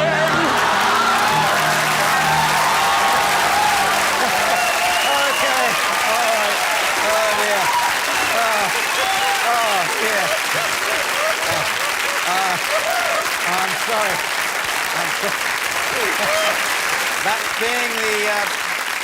That being the final game, I have to total up the score, and I discover this is a dead heat between Steve Steen and Tony Slattery. So well done, Steve Steen and Tony Slattery. Well done.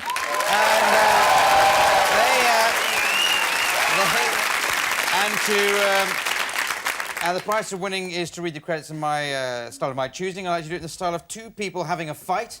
And for coming second, could the other two be two people trying to stop them having a fight? OK, so it just remains for me to thank Jim Sweeney, Steve Steen, Tony Slattery, Mike McShane, Richard Francis, and me, Clive Anderson, saying good night. Good night.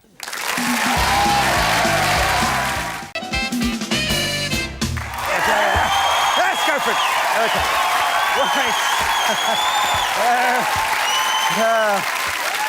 OK, welcome to Whose Line Is It Anyway, the improvisation show which makes comedy out of nothing. Or is it nothing out of comedy? Featuring tonight from the Wild West Midlands, the outlaw Josie Lawrence. From the Wild West of America, the in-law Ryan Stiles. From the Wild West Coast of America, the indoor Greg Proops. And finally, not quite in for the wild at all, the out-of-control Mike McShane. Ladies and gentlemen, the contestants. OK, now, all right, let's get on. We've got a lot to get through tonight. Let's start with our first game, which is called Film and Theatre Stars. Ryan and Josie, like to come on down. I'll give you a little scene to improvise in just a moment. But first of all, I'd like people in the audience, if they would, to suggest some favourite film or theatre styles. What was that one, sorry? Science fiction. Science fiction. Silent movie. Chinese horror. Are there a lot of Chinese horror? Chinese horoscope, I think you're thinking of. But... Sorry, what was that? Martial arts, yes. 3 nuns and a baby. Did you say... did you say 3 nuns and a baby? You're a sick man, let's tell you. And it's a Sunday as well. And it's a Friday as well. I don't know when that... I don't know. So, what's your scene? Josie, you're a racehorse owner, and you're going to see Ryan, who's training horses for you. You're going to see him at the stables. OK? I'll give you some styles to crack into in just a moment. Hello, Jake. How's it going? I don't think she has much of a chance. Not many hands. And much smaller than the average horse. But I'll give her a try. Jake, why isn't she growing? I mean, I've paid quite a lot of money for this horse, and I want to get it on the track as soon as possible. I know. Perhaps I should feed her. Let's try a bit of Chinese horror. She's...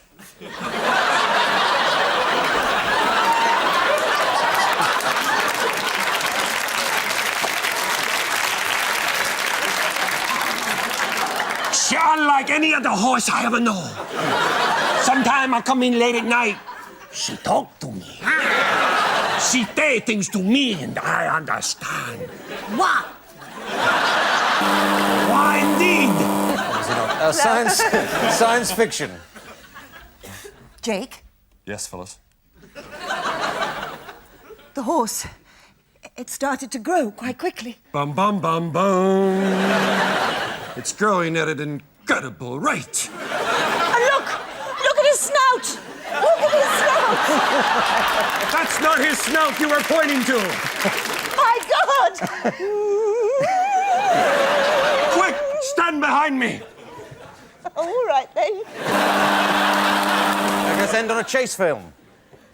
It's running after us. Quick, quick. Look at the evil in its eyes. Run. You run. I'll stop it and fight it here. Don't break a heel on the way. Okay. Oh!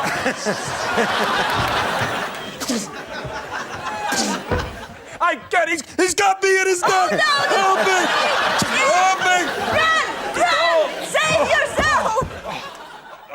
Good horsey. Thank you very much. Thank you. Very good. All right. Okay. Well, with 17 points each, he puts you comfortably ahead of the guy who suggested 3 nuns and a baby. As we go on to Mike and Greg, you'd like to come on down. I'll give you your scene in a moment. Some more suggestions, please, for theatre, film styles. Disaster movie. Disaster movie. Biker movie. Biker, yeah? Carry on, thank you. Sorry, too much, did you say? Too many suggestions, do you think? Did you say too much? Starsky and Hutch. Oh, Starsky and Hutch, sorry. Are we travelling back in time? What should I give you? 2 enthusiasts fixing a motorbike. So we're basically starting with a biker movie, just to begin with, but... Anyway, 2 enthusiasts, motorbike. So have you bored it out so it can move a lot faster? Yeah, man, it's totally cherried. I got the pipes all whacked, grease gonna shoot through, boom, it's gone. Man, you got a dad tank. These handlebars are bitching. Chromed everything, too. I think it looks great. Oh, man, I'll tell you want to take a ride in the skate? Let's not do it in English.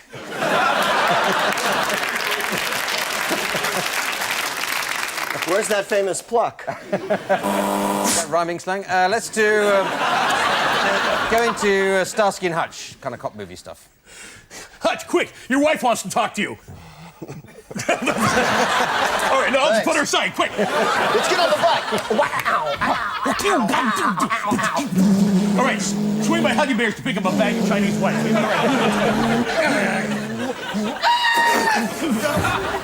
Cover me! I'm gonna shoot a bunch of people.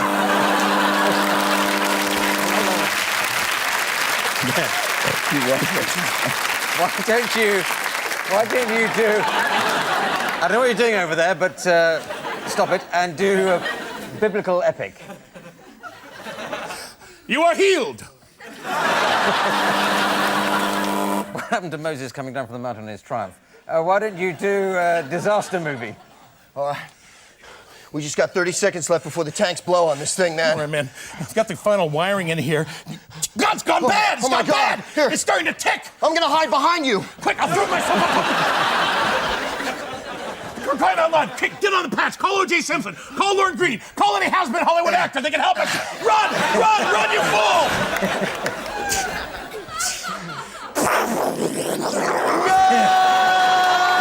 Okay, thank you very much. Very well done. Let's end there with some excellent.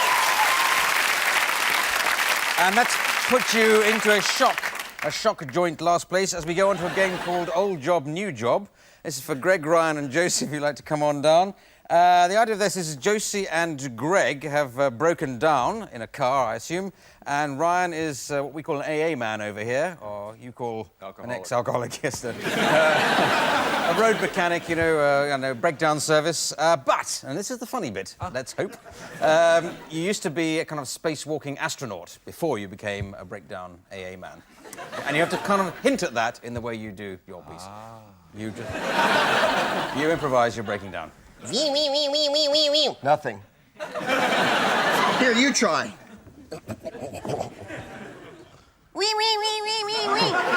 See what I mean? Oh, look! Here's the AA! Oh, thank God you've come. Problem with the car? Yes, we can't figure it out. Maybe you should pop the hood and take a look. All righty.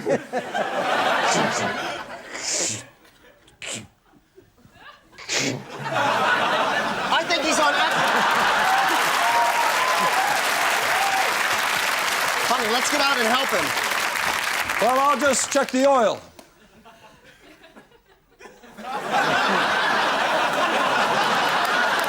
Here, would you like a wrench? Thanks. Quick, grab his cord.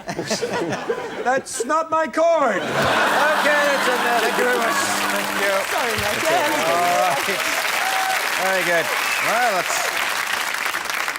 Well, that's Ryan gets 1,000,007 points for that game. And we go to a game called Funeral Oration. This is for all 4 contestants. You'd like to come on down, led by Greg Proops. Can you stand near me? And the idea of the happy notion behind this game is that somebody has died, and this is their funeral. Can you just think of a snappy name for the person to have died? Frederick, jolly good. And can you think of a hobby that Frederick might have had? Bungee jumping. You picked it up from him. No, trampolining, I think, is the most exciting one of those. Trampolining. You have, yeah. So, yes, we have it in America. Of course you do, yes. Yes, Mr. Patronizing barrister, we have it in America. Okay, I think you take over now from this, and you're going to introduce everybody. Cheers, matey. Okay. Yeah. Well, we're all gathered here after the trampolining thing that happened to Frederick, and afterward, because you know Frederick is a festive sort, we're going to have a Twister Party Mardi Gras throwdown. But first, some appropriate mourning. Gordon, you were Frederick's trainer. You were there at the end. Maybe a few words, if you would. Yes, I knew Frederick for many, many years. I met him at a club when he was a bouncer. Years before that. I think the one fatal mistake he made was renting that basement suite. Yes. Low ceilings did not suit him, did they at all? Is it time for Twister? No, not quite yet. Tanisha, you were dating Frederick up till the end, and, well, he gave a surprise in his will, didn't he, for you? I wonder, would you remember Frederick briefly for us, if you could keep it together? Frederick was the sweetest man I ever knew. He taught me how to trampoline wearing nothing but a tutu. And he used to have this lovely way of lying on... But Thank you, Tanisha, thank you. That's, I'd like to hear a little bit more No, about we don't have time. After the Twister. Yes. The caterer is coming at 4, so we really... Yeah. Randall. Yes. You probably knew Frederick better than anyone. You were his twin. Yes.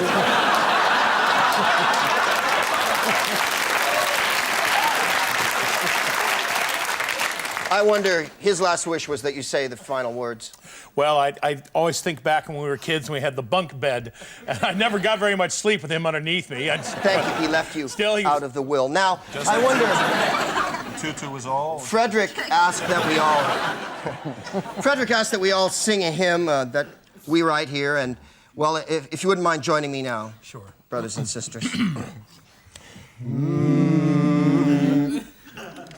Frederick was a brave old man and lost his life.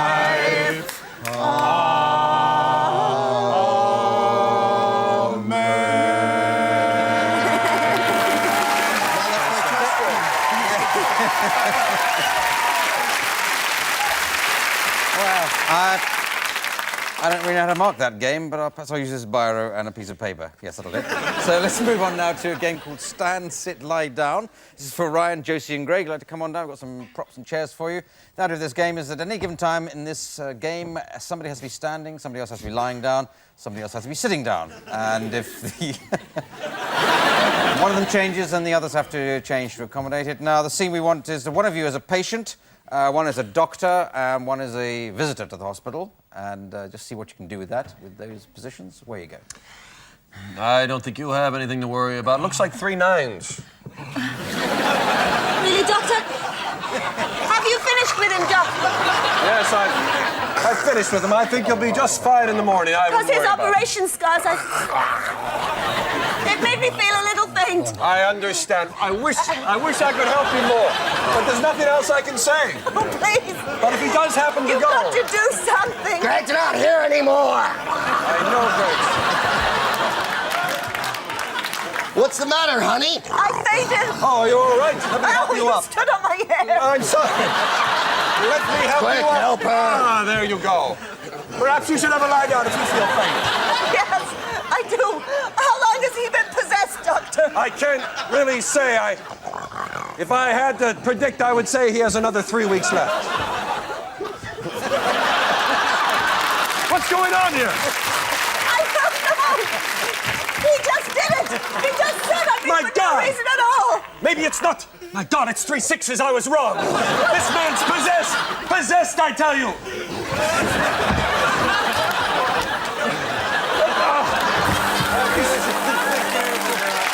Okay, all right, okay, very good. Well, after that extra game, I see that Ryan's in the lead, so well done. As we move on to a game called Props, they divided into 2 pairs of 2 for this. Greg and Ryan, I'm going to give you this item, and you have to come up with many different ways of using that shaped item in the time available. I know you like ones like this. And, oh, not a dissimilar one over here for the other pairing. There you go, Josie and Mike. Come up with many different ways of using those in the time available. I'll buzz between the 2 pairs. Starting over there, Greg and Ryan. Lordy, no wonder it was a difficult birth. I'm glad you've arrived. The devil's in this house. Really? Hello, I'm Roger Moore. Gulliver's sharpening his pencils again. Well done.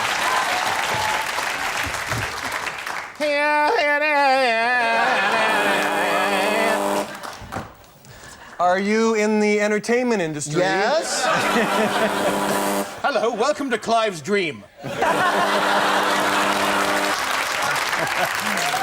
You've been there.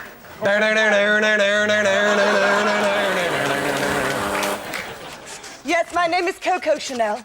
Okay, thank you very much. Let's end there. Oh, no, you want one more? Book 'em, Dano. Okay, thank you very much. There we go.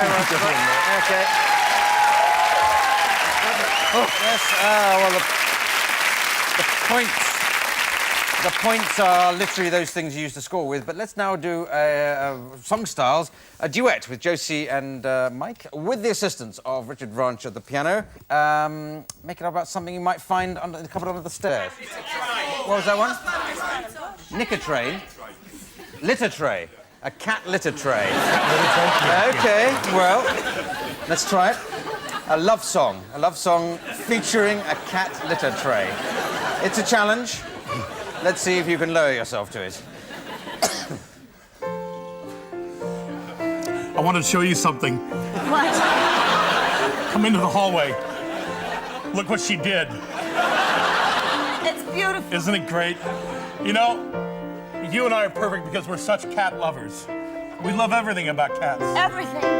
I love watching them squat on the edge of the tray all day. I love watching them do their little brown poo.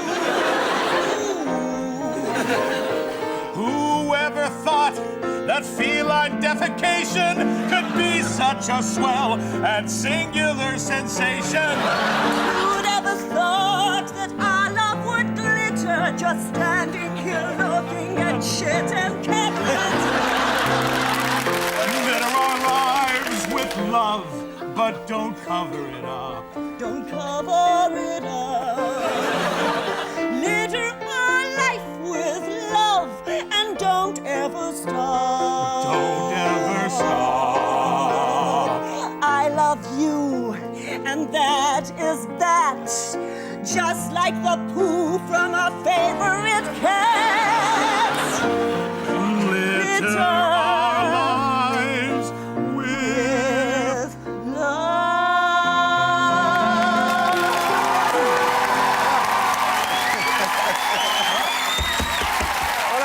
Well done. Excellent. I don't care. I think that's the best song about cat litter I've ever heard. 7 points each. Now we go on to a game called Helping Hands. This is for Ryan and Josie. Going to act out a situation. To make it slightly easier for Ryan, though, he doesn't have to use his hands, or indeed his arms, because those are going to be provided for him by Greg, who's going to thrust his arms in the correct part of Ryan's anatomy. And it's a very simple story you have to enact for us then. Josie, you've gone to the strange double-backed creature to get some ice cream. Apparently from somebody who's in the American Air Force, but there it is. Yeah, where you go. Hello, can I help you? Yes. Hello. Could I have a cornet, please. Hey, what the? A cornet. Could I have one of your specials, please? I don't understand the cornet. Cornet. Cornet, of course. Sure Right you have down. cornets. We have a cornet right here. The big one. No, that's right a cornet here. there. There. No, that's a glass. Oh, That's the not a cornet. The That's a cornet. Right here, of course. Hello. Can you hear me? Can you hear me? Very good. Okay. Would you like some ice cream? I'd like the lot. I'd like double ice cream. Double ice cream hundreds for of you, all right? thousands. We put it in ever so careful. One more scoopy for you. One more scoopy for you. There we go. Would you That's like lovely. some banana? Yes, I'd like Would one you of hold your this for me? specials, please. Hold that for Yes. me, please. We peel the banana. Repeal very.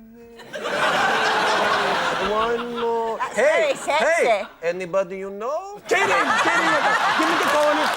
Give me the corner. Give me the corner. I put the banana on top. Banana, Oh, banana. look, we got the little shells here, the little shell. Oh, You know, they make yeah, them well, different in extra different cream, countries. please, extra I think if cream. it was around Christmas time, Yeah. Santa would say, get the hell off here. The Santa would say, ho, ho, ho, have a coney, have a coney. Could I have some of my cornet, please? Of course you can. Careful. There we go. There we go on the corner. There we go on the corner. Now, a little chocolate And some sauce. chocolate sauce. A little chocolate. You know who loved the chocolate sauce? You know who loved the Germans. Ziegel. You know they loved that. They loved it. A little cherry. Cherries. A little cherry for you. Cherries. Small little brown cherries. No, I'll give you the big red ones. The big red ones. cherries right there. Ever so careful. No, little game. One more try. One more try. Ha. Oh, I almost got it. All right, one more try. One more. That's it. Yeah! Oh, I missed it. Okay, send it there. Thank you. Excellent. Well done. Well done, yes.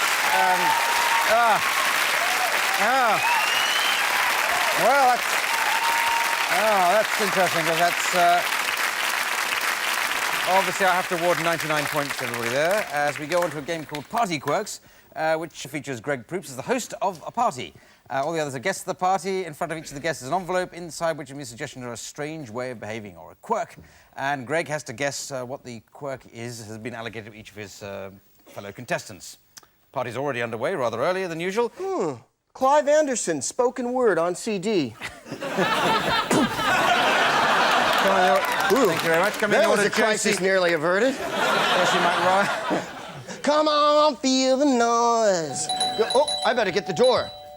Hi, sweetie. Hi. Thanks for... Did you step in something on the way over? No.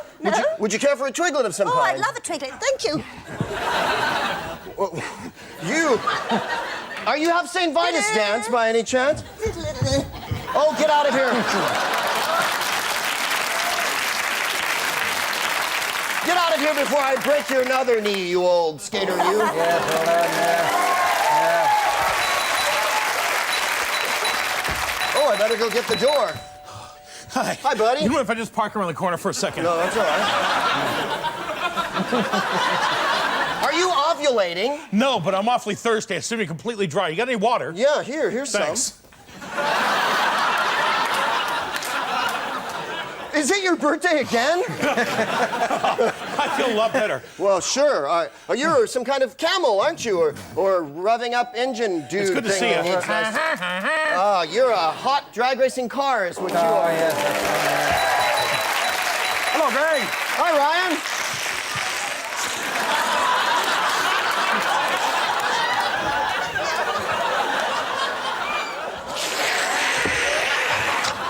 Nice. I'm glad you could come over. How's the motorbike? Great. You're... have you been spelunking again? No, I haven't. Really? Are you some... Would you like to climb this enormous...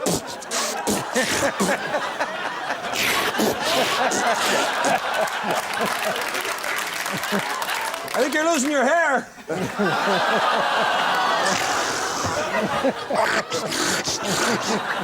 Can I put the rest of my clothes inside you, Mr. Washing Machine? Oh, call me whatever you want. All right, I will. I'll just call you whatever I want. Yeah. Mountain climbing washing machine guy who has a... Do you think he might be going down the plug hole? You're going around the plug hole. That's it. Well done. Yes. Okay. Thank you. Well, even with that astonishing final round, I can't split them. The winners this week are jointly Josie and Mike. Digital Entertainment Chain. Okay. And the prize for winning is to read the credits in a style of my choosing. I like to do it in the style of a bickering couple after a party, on your way home from a party. Just remains for you to thank Josie, Lawrence, Ryan, Stiles, Greg Proops, Michael Shane, Richard Vance, me, Clive Evans, and say good night. Good night. What's the matter? What's the problem, huh?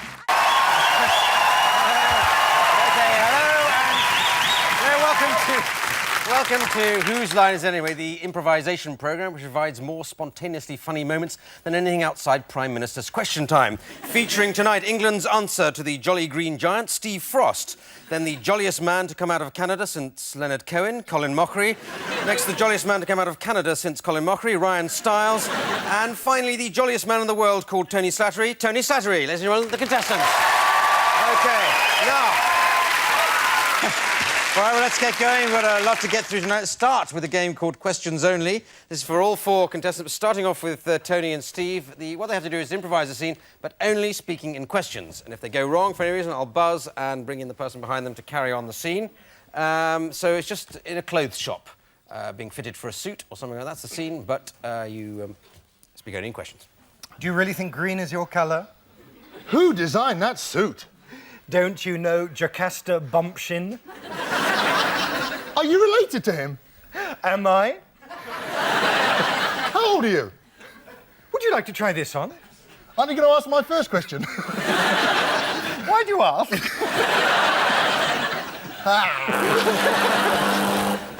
Yes, sir. Can I help you? Can you help me? Oh, I was going to buzz you out, but never mind. Do you have any tweed? Like what? Should I be helping you? Aren't I the customer? Do I work here? Are you making a fool of me? Did you take a number? Is this a 4 or a 6? Can't you tell the difference? Have you got any spare coat hangers, please? Would you like to take a look in the mirror? Would that be all right? Doesn't this look like one? You've done this work before, haven't you? Do I look like a rookie? Yes!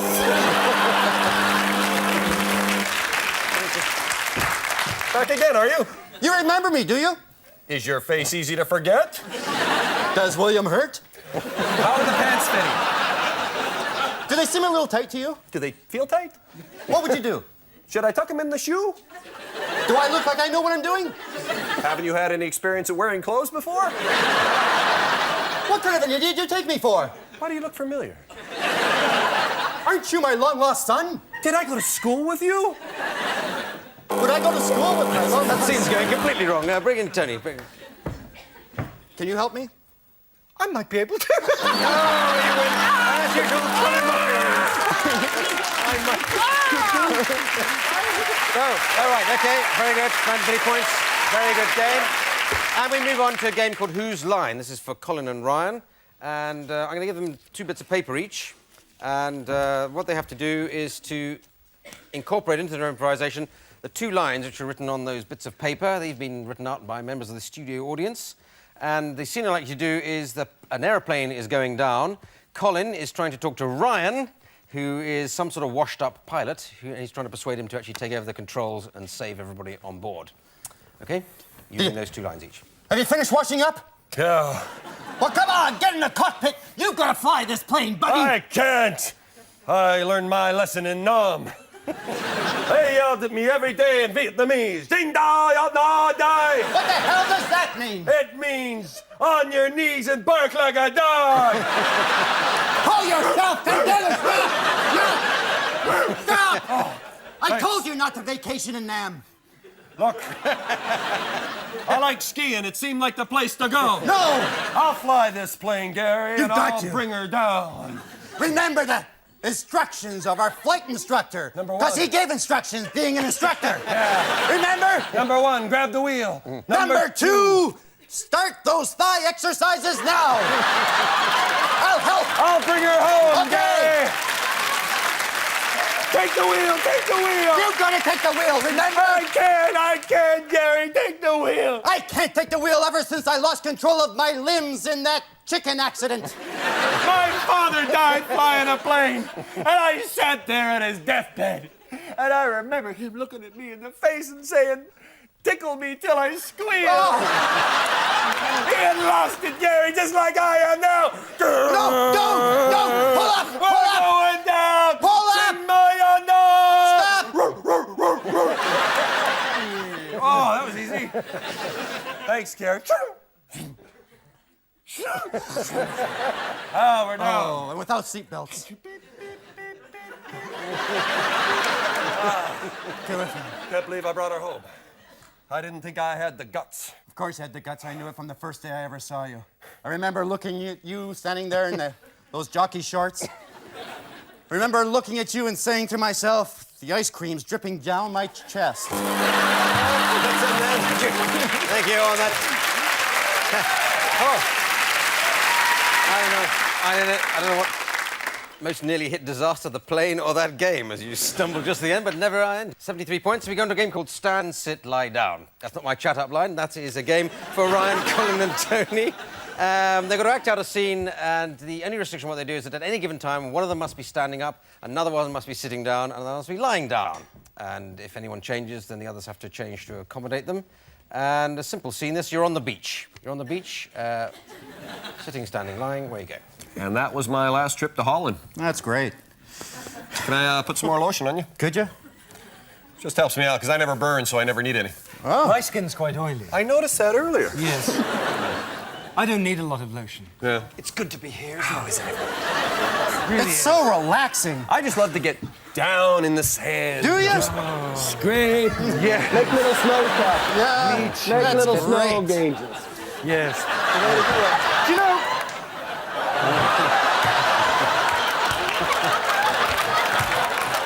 Do you know I can't decide what's better? No, I can't. I'm going to go in for a bit of a dip. Yes. We'll watch it from here with you. Look at him go! Wow! Wow, he's quite the swimmer. Wow. That was refreshing. I'll have another one. Look at him Look go! at that! You think we're getting too much sun? What do you mean? Well, the problem with carcinogens in the atmosphere. I know there's a hole in the ozone, you know, and nobody knows where it is. That's true. Could be up there. Could be. You don't even know. You know,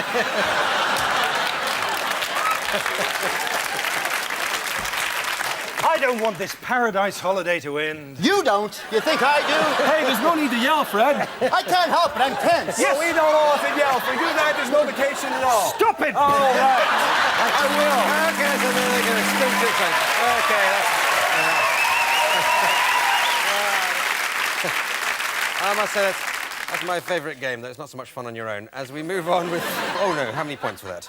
Who cares? Now to the game of Old Job, New Job. Colin is going to be playing this, and he is ill, and Ryan is his doctor, and Steve is going to join in due course, and he's a consultant, another doctor, but he used to be a magician, and he has to bring some aspects of his former trade as a magician into the improvisation. So away you go. Well, I've got your x-rays here. Let's just put them up and have a look. Looks like you've swallowed a light bulb. Oh, sorry. No,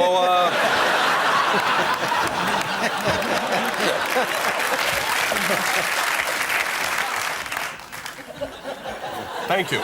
Thank you! He's got a problem with his breathing. I took some x-rays earlier. I know, because earlier on today, I wrote down what was wrong with this man before ever meeting him. Isn't that right, sir? Yes, that's right. Now, if you reach inside my top pocket and take out the diagnosis and read it in a very clear voice for everybody here. I have no lungs. Correct! Thank you! The problem is, he's got to fly overseas tomorrow, and he wants to make sure he's in tip-top shape. And you're having trouble breathing? It's probably due to this. Dove up your arse! Thank you! Wow! Now, are you thinking... I think this is your intestine, sir. Yes, it is. Where did that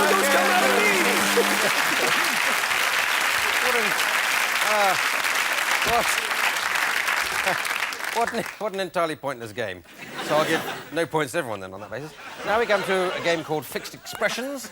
This is a complicated game. This is for all 4 contestants. And the idea of this is that Steve, Tony and Colin They're all at a sports game, and Ryan is coming in to try to sell them popcorn or stuff or hamburgers. They're all watching the game.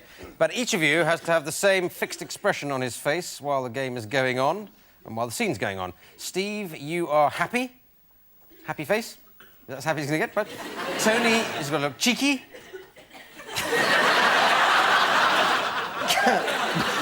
It seems to be whack. Yeah, you seem to have got that one. All evening.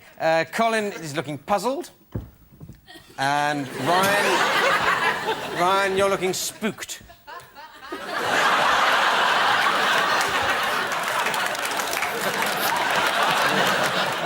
So, you're watching the game, you're selling the stuff, away you go. Keeping those expressions. I can't believe it, we're losing 5-0. I know, we should be in front now. That was a very silly play. A very silly play. Popcorn! Yes, please, I'll have some popcorn! No, thank you. I can't stand popcorn, I can't stand it. Enjoying the game? It's crap, this game. Here's some popcorn. Thank you very much. How much do I owe you? It's free! Oh, thanks. Disgusting. He scored! Hey! Oh, this thing disallowed. Oh, hey, don't do that. Take your blindfold off! Look, everything's free from now on. I just discovered the secret of life. I've got cramp in my cheeks. Thank you. Thank you very much. It's one of those games.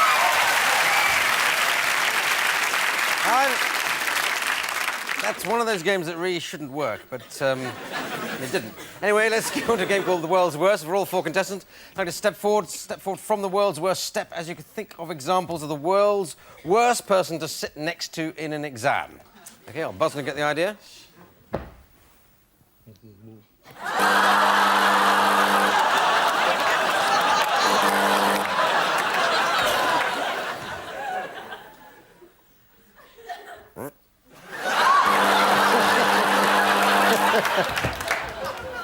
Question 4. What is...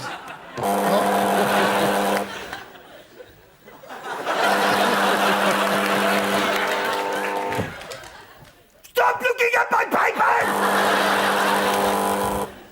This one's pretty difficult, but I'll be better at the French oral. I'll never pass this test. Yes, you will. No, I won't.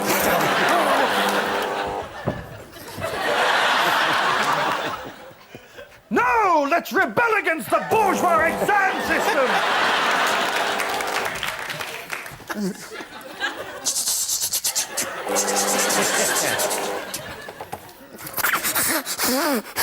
Sit next to me. OK, let's end it there. Thank you very much. Now, this is very exciting because everybody's neck and neck. Apart from me, obviously, because I haven't got one. But let's now go on to a game called Props. Tony and Steve, you've got to come up with as many different ways of using that as you can in the time available. There's your Colin and Ryan. You have to come up with many different ways of using those items. And I'll buzz between 2 pairings, and away you go. Look out, Doctor, it's one of the cheap budget monsters.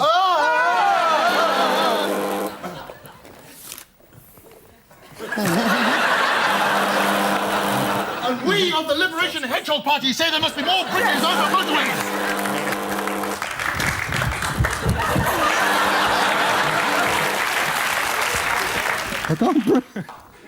Problem, blackheads?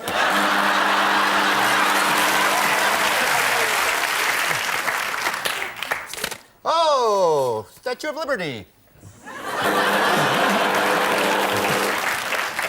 Yeah, well, like when the Beatles first split up, like, you know, that was our, like, you know. Then How's business? Nobody wants their haircut. Hello, I'm your Conservative Party candidate.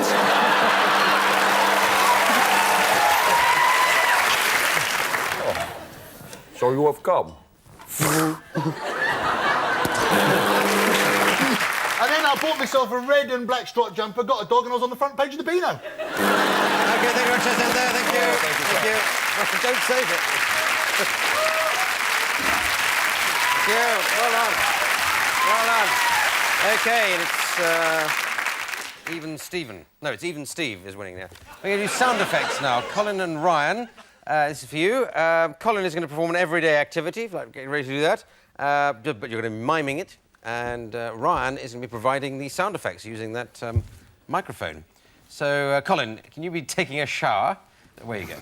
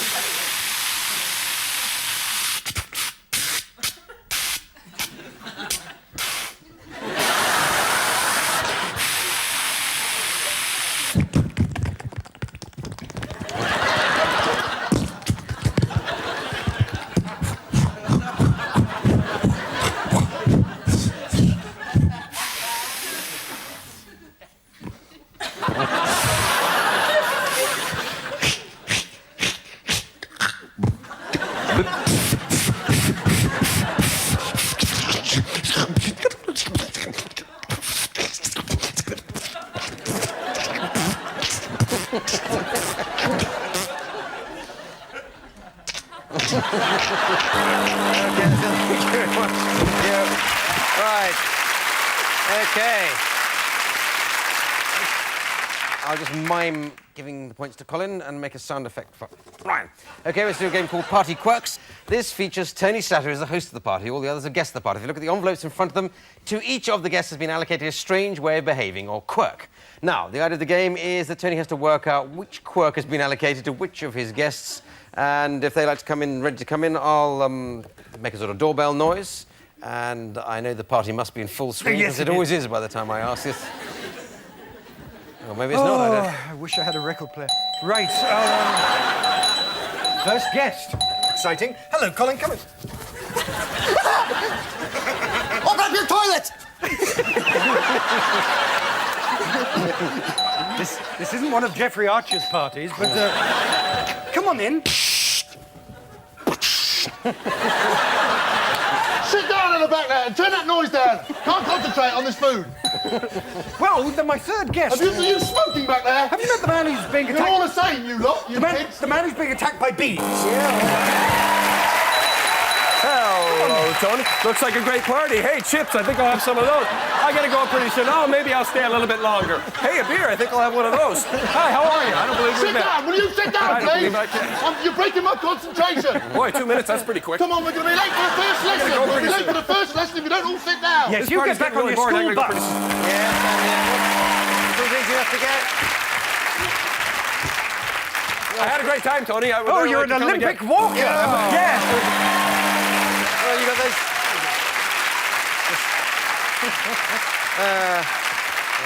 Well, you got those suspiciously well, Tony. I'll give you a point. Now, let's move on to the next game. It's called Moving People. And the two people who are going to be moved are Colin and Ryan. I'd like to move down there. They're going to act out a scene. And what I need for this is 2 volunteers from the studio audience. When I say volunteers, there are 2 people I'm going to... maybe you two. Can I ask your name, first of all? Gordon. Gordon? Yeah, and, yes? Denise. Gordon and Denise. You'd like to step forward, please? And could you go there, avoiding that camera, and stand behind a competitor each? Don't agonise over the choice. Now, all you've got to do is to move them around. So if you'd like to put them into a position, put each of them, just find a position you want to put them in. Right, great. Now, no, that's right. That's it. Leave them alone. You enjoyed that, didn't you? You wanted every part of his body just where you wanted it, didn't you? You've nearly got it as well. Now, they're going to act out a scene, and you have to sort of move them to try and help them along. Just put them into nice little positions so they can get to it. And the scene you've got to do is one of you's trying to go through airport security, and the other person is airport security. So if you can move them around to help them out do that, away you go. This bag feels a bit heavy. So much so that I can't lift it. Well, it must be all the drugs then. My God! Oh, I slipped up. I'm sorry. I shouldn't have said that. I'm afraid I'm going to have to place you under arrest, my friend. No way. I'm going to whack your arm off my shoulder. Any minute now. I suppose it would be very easy for you to escape since I have no idea what you look like.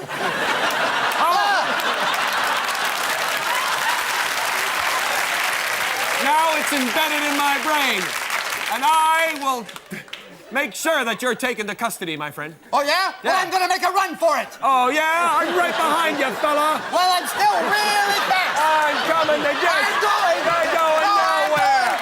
You're going nowhere. There you go. Thank you very much. Thank you very much. And it is gone. Thank you very much. Well done. Well done. Well done. Excellent. And, well, obviously, Colin is in the lead there, closely followed by Ryan. Slow moving off stage. And thank you very much to our volunteers. And we're going to a game called Hoedown. This is for all 4 contestants. They can make us up a song on the spot with the assistance of Richard Branch at the piano in the form of a hoedown. And we're going to hoedown about something that happens once a year. Anyone can suggest something that happens only once a year? Christmas, Wimbledon. Well, I think Christmas. A Christmas hoedown, please. Starting with you, Steve. Well, I love Christmas. I wish it was every day. I love Christmas. Do you hear what I say? Sometimes I go up and sometimes I go down. Did you know there was a man called Coco the Clown?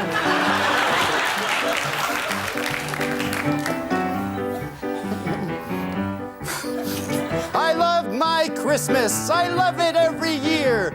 'Cause I shove food in my mouth, I grin ear to ear. My cholesterol is high and...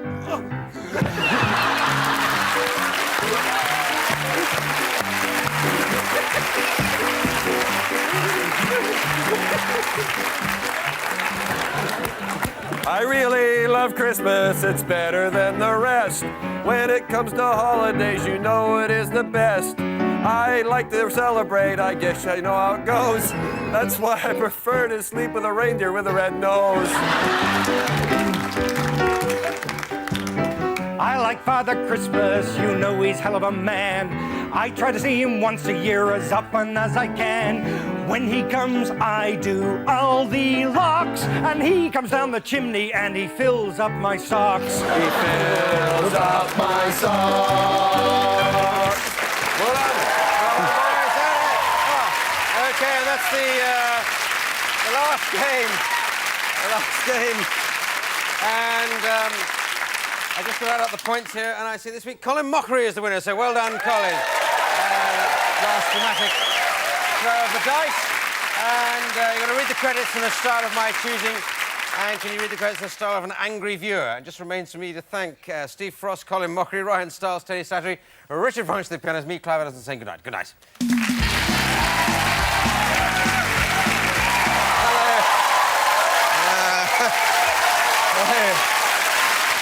Welcome to Whose Line Is It Anyway, the improvisation show where rehearsed is a dirty word and dirty words are over-rehearsed. Featuring tonight from America, the super cool Greg Proops. From Canada, the coolly super Colin Mockery. From America and Canada, the super-duper Ryan Stiles. And from England, the supercalifragilisticexpialidocious Tony Slattery. Ladies and gentlemen, the contestants. OK, now, this first game is for all 4 contestants. If you'd like to come on down, we'll start with Greg and Tony in the middle. And it's a round called Questions Only, which is called that because they must only communicate by asking questions. Any affirmative statement will be buzzed out and the person will be replaced by the person behind them. And we keep going until we have an outright winner or we're just completely bored. OK. Oh, we've just got to the end. The scene is you're going to the vet, which in England means a veterinary surgeon, rather somebody who's served in Vietnam. So going to the vet, questions only, where you go. Thank you, Mr. Pedantic. That wasn't a question, you're out. OK, so you go. Now, what's wrong with your animal? Can you help me? What is it? Can't you tell? Aren't I the vet? Haven't you ever seen a Burmese cat before? Do Do I look as if I have? Why are you asking me? Aren't you the one with the problems? Doesn't the cat look sick? Is it dead? Do I know? Why ask me? Do I look like a doctor? What have you been feeding it? Today?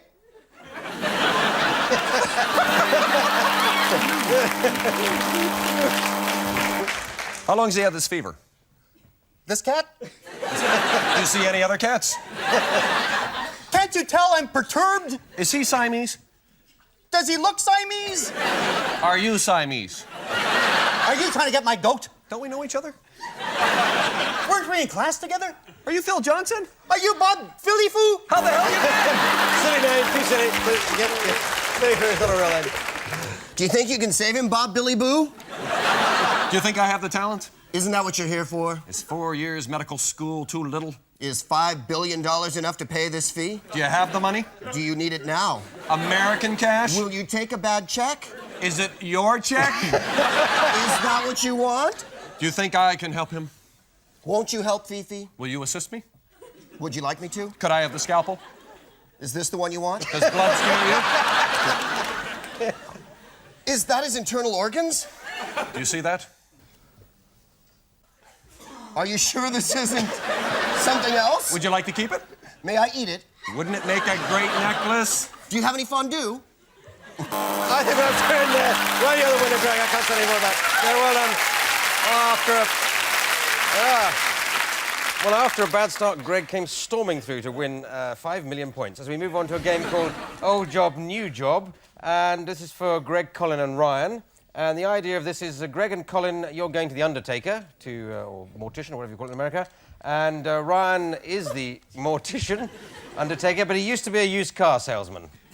And he has to bring some of that into his performance thereof. I told you we shouldn't have fed Uncle Jerry that bad chili. I know. I feel so awful. It was his birthday and everything. Well, now it's his death day. All right. Ironic in a way, don't you think? Kind of funny, too.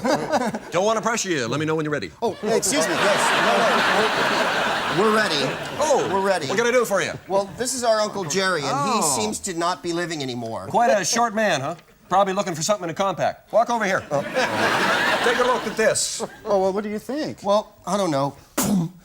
This one doesn't seem... Kick it if you want. Give it a kick. It doesn't... How does that feel to you? Get in. See how she feels to you. Relax. Lay on back. What's that? It seems comfortable. There's one over here you might want to take a look at. This is genuine... Oh, there's still a body in here. This is actually a little old lady that was only driven once every Sunday. Oh, really? Yeah. Well, I think Uncle Jerry would like that, don't you? Do they all come with radios? Hey, radios, chrome, everything you want. We got it here. It's not too tacky to ask. Could we put Jerry and get a cheaper price if we put him in with someone else? I'll have to check with the boss, but I don't think that'll be a problem. Okay. Have we got a sale? What do you think? Check my hand. Yeah. Be my friend. All right. Well done. Excellent. Yeah. That's, all right. Okay. Well, I enjoyed that, but unfortunately I can't give you any points. As we move on to a game called Superheroes for all 4 contestants, but starting with Greg Proops. Now, he's a superhero. We're going to decide what sort he is. He'll be joined by others, and he'll decide who his next companion, what sort of superhero that person is, and so on down the line. So what sort of superhero do you think he is? He's, no, not Spider-Man, but that is already done, I'm afraid. Superfly. What's that? The Fly. Superfly. Superfly. What was your one? Captain Floppy. Captain Floppy's rather nice. Captain Floppy. Have we dated? Yeah. Thank you. I'll be here all And night. not likely to, apparently. So, Captain Floppy is trapped somewhere. Where would Captain Floppy be trapped? In a what? In an elevator. You're trapped in an elevator, or lift for people like me. So away you go. Oh my God! I can't get out. I have no arms and legs to move hardly. I'm trapped in a lift, an elevator if you're American. I hope my super friends arrive soon. I could use some help. Help, Sorry I'm late. help. I had to run up the cable. Thank God you've arrived, man who taps you on the shoulder to fake you out, man. Oh, it's okay. Hey, we're stuck on the 4th floor. Don't do that. 4th floor. Yes, my we're God. stuck on the floor. Never get... Oh, No, dude, I thought you were the other one. No, it's me. Well, hurry up and help. We're trapped in an elevator. Thank God you're here, drunk tour guide guy. You can see the cable here. What? I'm sorry I'm late. I was having my prostate engraved. Thank God you're here, misconception boy. What are we doing on a cruise liner then? We're trapped in an elevator, misconception boy. You've got to get us out. What do you mean trampoline? I've never been to Beecham in my life. No, you daft crap. We're trapped in an elevator. This carpet's lovely. Is it blue? Stop that. This is an emergency situation. I can see that. Wait a Well, minute. I must go. It's my time of the month. Take care. I'll just open the doors. That was simple. Thank God. Now we can escape. Stop tapping me, God damn it. I'll just stay with you all day. He's gone. And it's a miracle. I'm out. Now I can go to the underwear department and buy those baggies I've had my eye on. Well done. Excellent. Yeah. That's, I think a lot of points there. A lot of points there, even for Captain Floppy, as we move on to a game called Sound Effects. This is for Ryan and Colin. Colin is going to perform an everyday activity. We can mime it, in fact, but the noise is going to be provided by Ryan using this, what we call a microphone. And what's your everyday activity? You're on the beach. Mime that out, and the sound effects are provided miraculously by Ryan.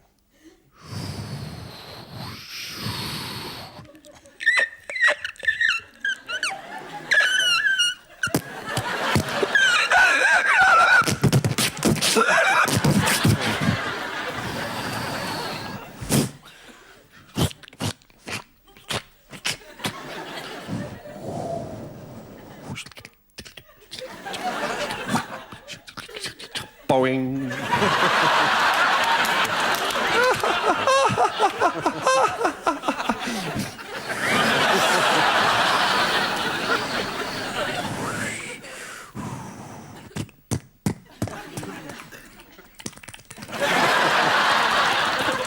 Boing.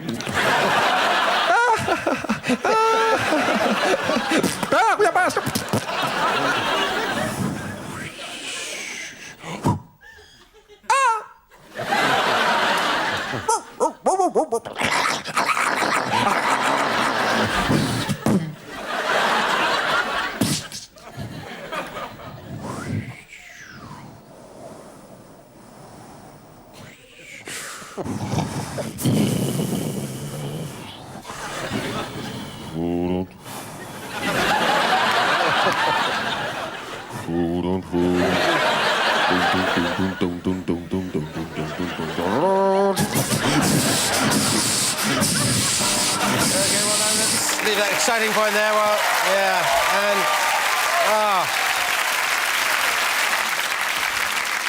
I just don't know how you can be beaten tonight, Ryan. But we'll work out a way later. And now we come to a game called World's Worst. For all four contestants, I come forward on the world's worst step and step forward as you think of examples of the world's worst thing for a doctor or surgeon to say. Doctor or surgeon to say. Away you go. Alrighty. Oh, I'm sorry. This was a rectal thermometer.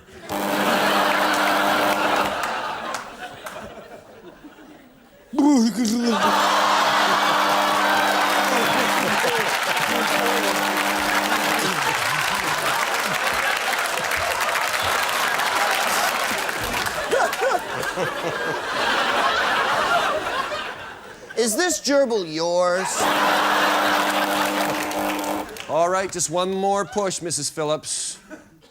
24! 35! We use a very sort of gentle anaesthetic here. Go to sleep. I have to say, Mr. Johnson, your wife is one hot-looking babe. Now, the penis is the droopy thing, right? Usually. Am I taking something in or pulling something out? With friends like that, who needs enemas? OK, Mrs. Johnson, if you just put your breasts there and...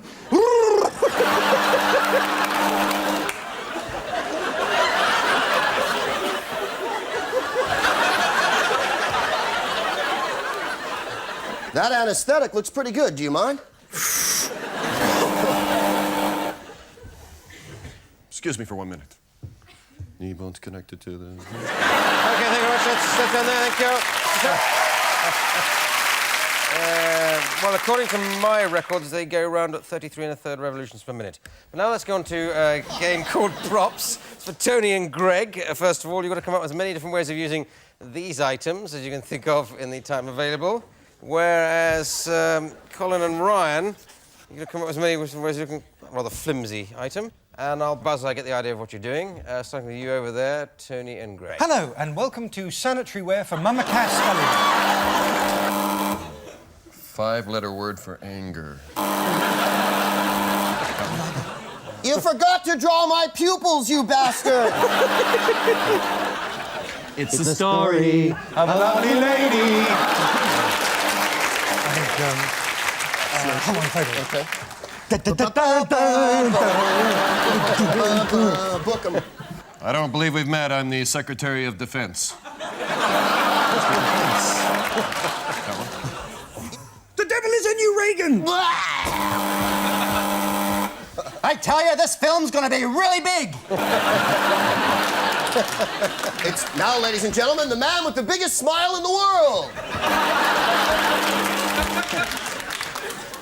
24! 32!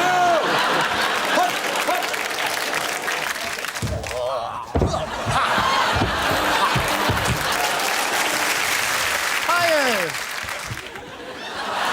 Okay, thank you very much. That's fine. You've got to move on. We've got to move on.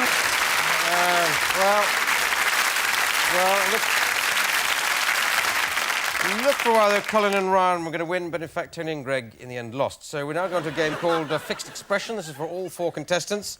But the idea of this is that you each have a fixed expression on your face throughout the game. So let's just work out the expression first of all. Greg, you've got to permanently look furious. Colin, you must look ecstatic. Ryan, panicky. And Tony, shocked. Shocked. So you've got your expressions worked out. Now, I want to...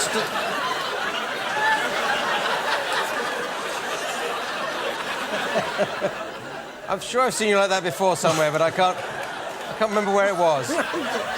Okay, let's have Tony and Colin in the car. And the other 2 are hitchhikers who are being picked up. So you can start off and be picked up, first of all, but... It's a lovely day. We're lost, you idiot. Oh, don't be too grumpy. I can't help it. We've been on the road for 15 hours. Not wrong now, darling. Shall we pick this person up? No, don't pick him up. Oh, great. Thanks for picking me up. Oh, there's one on my side. Hey! Do you mind giving me a lift? Come on in. Thanks for picking me up. I was getting really worried it was going to get dark. We're already going as far as hit it, bro. Thanks, that'll this be is a fine. great help. Don't you know you should never pick up anyone on the road? Oh, don't be such a fusspot. It's a beautiful car you got here. That's wonderful. Cigarette? Oh, thanks. Don't try anything, because I have a gun.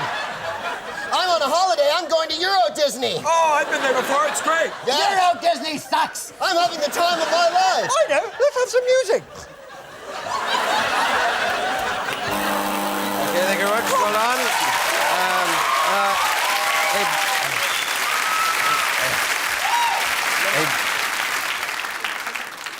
A bizarre game, that. You can stop now. You can stop. And when I click my fingers, snap out of it. That's it. Fine. No, okay. Well, never fails, that game. Fails to amaze, perplex. Let's now go to a game called Party Quirks. It's for all 4 contestants, but mainly Tony Slattery is the host of a party. All the others are guests of the party. In front of each guest is an envelope. Inside the guest, or inside the envelope, rather, is a suggestion for a way of behaving. And each guest has to follow that, and Tony has to work out how they're behaving, what quirk they've been allocated. So, Tony, you're getting ready. The others are going to come in the order of Greg, Colin and Ryan. Once I make my doorbell noise, is the party underway? Yes. Thank you. Yeah. Any music on, or food, or drink? No, it's just very quite a fair. That's right. Yeah. That's why you're not invited. Yeah. Oh, that'll be my first guest. Hello, Greg, come on in. Dude, what's up, Raheem? Hey, screaming flat, man. Look, shredding snacks. Woo! Whoa! Hey, got any punch? Are you Margaret Rutherford? Dude, Okay, I'll just... Oh, here's another Hey, guest. Joe, get I'll be the back to you in a door. moment. And whatever you do, don't surf off. Come on in.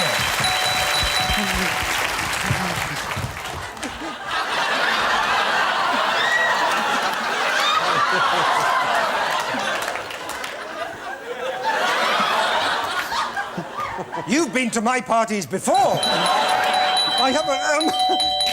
Hello, come in. This is someone who thinks it's a public urinal. Now.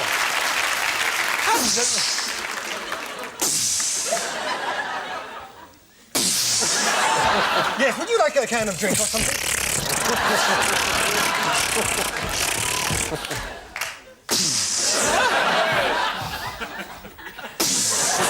Yes, nice dance. Do it again. Everyone.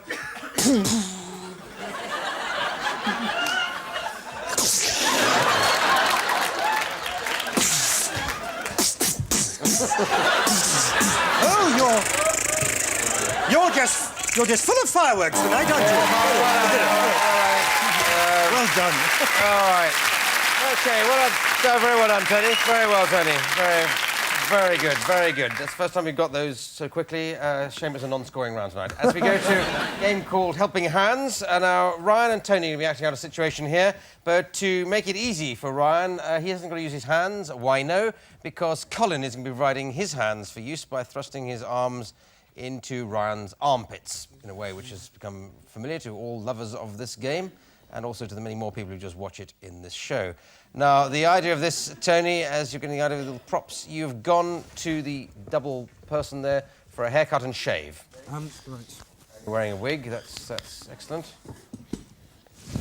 And please be careful of that wig, because... be careful of the wig, because I'd like to take that home with me afterwards, just as a small experiment. Away you go. We're going to give you a little cut here, a little cut, but first, a little impression. Ziggle! Ziggle! Oh, we always laugh at that one. All right, let's start the cut.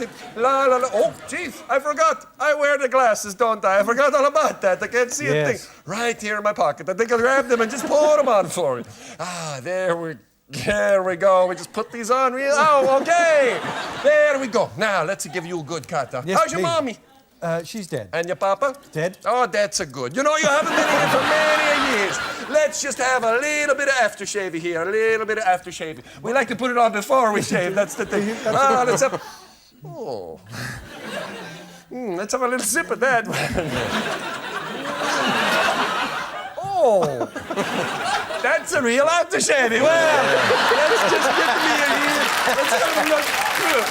Oh, a little toilet paper. I gotta wipe at the tongue. A little toilet paper. The wipe at the tongue. Oh, boy. Will you please hurry up and shave I'm sorry. me? A shavy? Is Yes. it shavy you want? Yes, Is it yes, toilet? yes. Okay, we got the shaving cream right here. Just a little bit'll do. Little bit, little. And down she goes. Okay, you know what, Tony? Hey, you know those ears look a bit furry, too. We put a little there. We get you down. You get the razor here. Let's see if the razor's sharp. Right here on the razor. Let's see how sharp she is. Ow! Ow! Oh, boy, that's a Sharpie. Okay, nice and careful we shave it. Nice and... let's just get rid of these glasses. I don't need them for this kind of distance. Okay, now we shave you real nice. Oh, that feel good, huh? Yes, very good, thank you. Little bit. Oh, my God, it's almost quitting time. We gotta get this done. I gotta get out of here. Okay, there we go. A little bit there, and a little aftershave for you. A little bit aftershave to top it up. Right here in the green bottle. Screw it. Screw the aftershave. More cream. More cream on the top of here. We're gonna shave your whole... Thank you very much. Thank you. Okay. Well done. Well done, gentlemen. Well, it's certainly a very bizarre game, that. I'm not sure it deserves any points, so I'll give it one each to Greg, who wasn't in it. Now we come to a game called Hoedown. This is for all four contestants, and they have to just step forward and make up a song on the spot in the form of a hoedown. This will be done with the assistance of Richard Branch at the piano. Now, can somebody suggest one of the pleasures in life this hoedown could be about? Sex. Oh, what the hell? Let's do sex. We've plumbed the depth already tonight. So sex. The sex hoedown. Take it away, Greg. And we're ending up with Tony.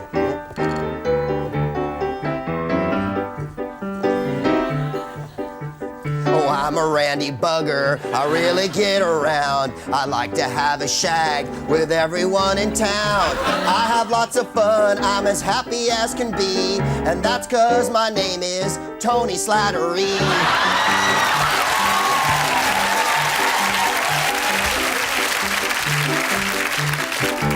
I love making love. I do it every day. My girlfriend's a contortionist. We do it every way. It's really quite remarkable the ways that she can bend. She also is a psychic. She foresaw her own end.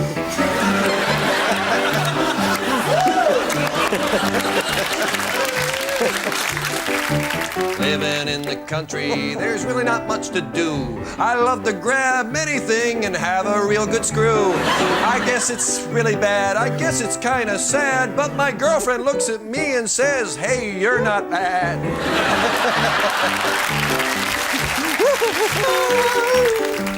I'm a little kinky, my panties are made of fur. I like to stay in evenings, just me and my cucumber. And then I pull my pants down and start to paint my tush, and dress up in leather and squat on Barbara Bush.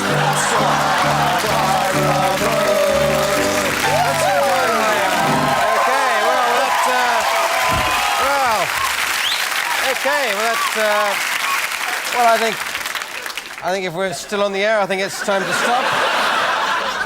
And I'll make that the last game. I've had quite enough. And totaling up the points, I see that there's a joint winners this week are Colin Mockery and Ryan Stiles. So, well done, Colin and Ryan. And you've got to do the credits in the style of my choosing, and can you do it in the style of two cheerleaders? OK, so just remains me to thank Greg Proops, Colin Mockery, Ryan Stiles, Tony Slattery, Richard Francis, and me, Clara, and saying good night. Good night.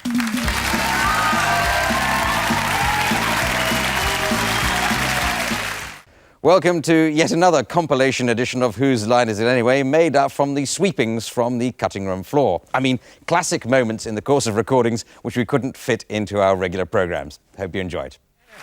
We're going to start tonight with a game called Scenes from a Hat. It's for all four contestants who'd like to come on down. This is the hat. Into it have been put a number of suggestions made by the studio audience for little scenes the contestants might like to act out, and I'll just pull them out and buzz when I get the idea of it. A lot of points over there. And so here we go. It's the first suggestion.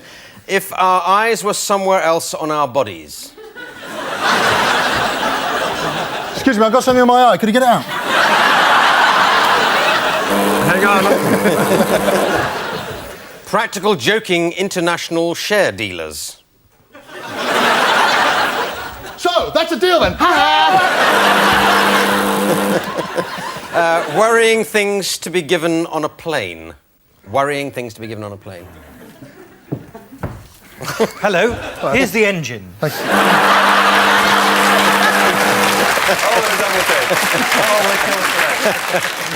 you. Life's big disappointments. Oh, so you're Tony Slattery.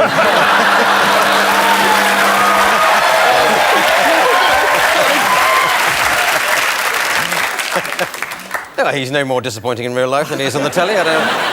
Designing the first human. I think the eyes are in the wrong place. I know. Faux pas at a christening. Several faux pas at a christening. I named this child Satan. Stand! Stand!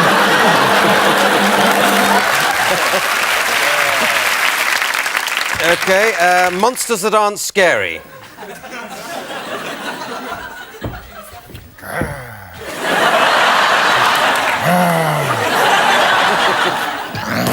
that's it there. Thank you very much. Thank you.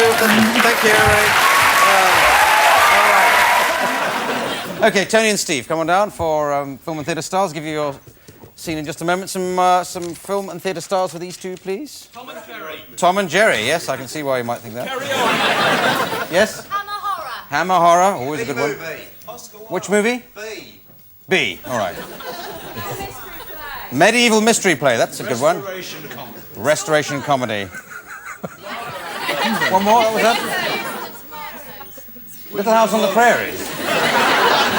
Prairie. Yeah. Is it already? Not with the time this is transmitted. Now, what's your scene? Steve, you're leading a mutiny on Tony's ship. Right. Captain, I've had a word with the men. Have you? What did they say? Well, we don't think you're sailing this ship right. Don't you tell me what to do. It's all them frills you had us put on the sails. We didn't like them. Why not? Well, it sort of slows us down round the Cape of Good Ore. Cape of Good what? You heard, Captain. You'd be lucky. They don't call you Captain Hornblower for nothing, do they? That's what we don't like. You swabbed the bloody decks. We found biscuits in the maggots. I know. That ain't right. That ain't right at all. Which county do you come from? It's changing. Moment to moment. Hard astern. And a bit soft round the front. Thank you. I hardly like to interrupt, but... and I don't change it much. Medieval mystery play. Where's the crew? I don't know, it's a mystery.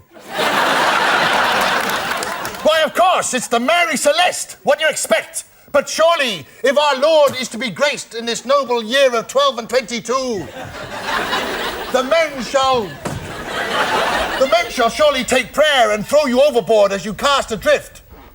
Bitch. That's not medieval. Well, you've evidently never seen a medieval mystery play. Or if you have, you're not going to recreate it for us. Well, why don't you do a Hammer Horror?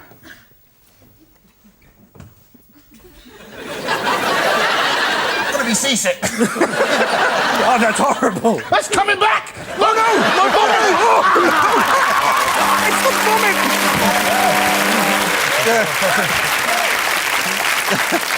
Do a bit of Carry On combined with the Jacobean tragedy. I'll tell you what, before... I've been up on the poop deck. That's disgusting. I'll tell you, bend over and swab that. Go on. Yeah, have you seen my figurehead? Go on, bend over. Yeah, what's going on below decks? Go on, tell me. I'll have a look. Okay, listen, thank you very much. Thank you. Well, now we go to a game called Whose Line? This is for Ryan and Colin, if you'd like to come on down. All they've got to do in this one is to pick up these bits of paper. Ryan, those are for you, and those are for you, Colin. On the piece of paper have been written down a couple of lines each that you have to insert into the improvisation. Just pull them out and use them, see how it goes. And the scene you're doing is pre-wedding nerves. There's two of you discussing pre-wedding nerves. I don't know if you're the groom and best man. Nervous? Yeah, it's my first wedding. Well, it's your pre-wedding. That's why you're nervous. I know. If it was after wedding, it'd be post-wedding. Look, don't give me any hassle I'm over sorry. this, all right? I just don't know if Rebecca's the right girl. Well, she's a bit of a tramp. Oh, come on, man. It's not what I want to hear from you. Well, I'm sorry, but she's had more hands up her than the Muppets. Oh, come on. Come on! Jesus. Look, I want to go over the vows with her. I wrote my own vows. Oh, well, how'd it go? Rebecca, I love you. Stay with me always. On the whole, I prefer a dog. Or at least that style. You know what I mean? Yeah, it's nice. It's a nice thought, but when you put a dog into your wedding vows, it's not right. Oh, how about this? Rebecca, I love you so much. Can you smell something burning? My love for you. What the hell's that supposed to mean? What the hell's that? Oh, you mean me? Yes. Oh, that might work. I don't know. I try to think of things to say to her. I remember the words of Confucius when he said, "Qing dao yan dao dong dao." Oh, yeah. Now, what does that mean exactly? Well, what it means is bad sneakers and a piñata, my friend. That's what it means. That Confucius was pissed all the time. I know. That makes no sense. I don't think it's right. I think I'm going to cancel the wedding. Don't cancel it. I got him, man. I mean, it's Rebecca loves you. You love her. I don't know. Remember the first date you had? Yeah. All those many years ago? You were there in the back seat. I remember that. Well, I had the video camera. You wouldn't shut up. Over and over again, you yelling out. Oh, I hope it's on the wedding cake. Remember, I used to yell, "Does it usually throb like that?" Okay, thank you very much. Thank you. All right, okay.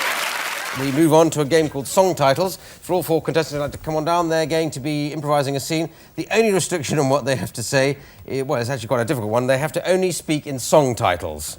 And the scene, you are on a boat. You're on a boat somewhere, only speaking in song titles. I wish you luck. It's the most impossible game, this. Away you go. We are sailing. I was going to do that one. I was going to do that one. Is that a song title? Knowing you know me. A life on the ocean wave. Lipstick on your collar. Roll out the barrel. Smoke gets in your eyes. Oh, bloody, oh, bloody. I can see clearly now. Stormy weather. Hello. I saw 3 ships. It's raining men. Hello, is it me you're looking for? Baby, now that I've found you. Kumbaya.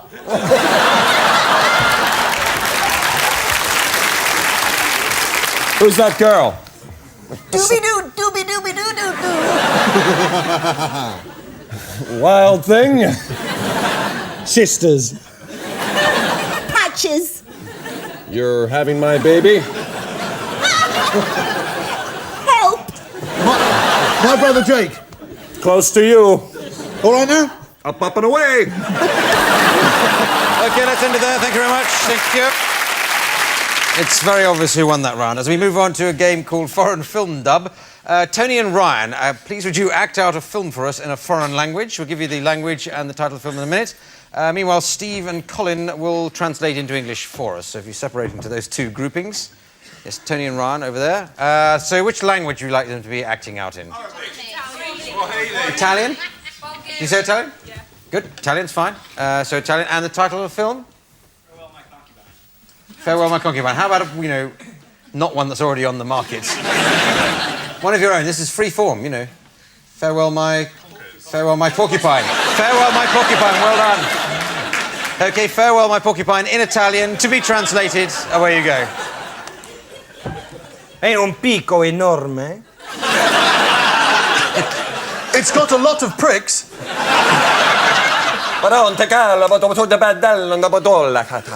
And so does my porcupine. Ho.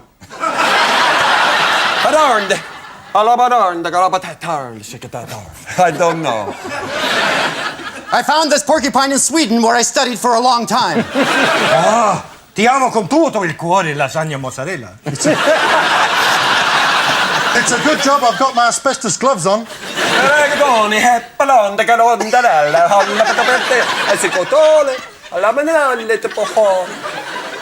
You're right. Infamio! Carlo, Sallo, 120 pizza 4 stagioni. Can't you see what I'm trying to say? I love you, mad fool. Sadarl. Vadarl. The Parmesan, Hellard. I'm sorry, but I can't return that love. I must raise these porcupines and do something with them. E cazzo, he's a chef from the Muppets. Nice haircut. Gina, alla banda, Lola Bridgie. Huh? Oh, I'm going to stop that. OK.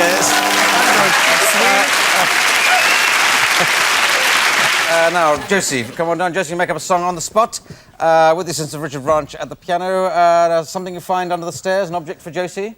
Mop. A mop. A mop's good. A mop? Yeah. A mop, yes. Pity I'm not doing doo-wop. Yes. Obviously not. No, can we think of a song style for Josie? Cocktail lounge jazz ballad. Cocktail lounge jazz ballad? Is that... All right. Yeah. Where you go when Richard's ready. Mop. Okay.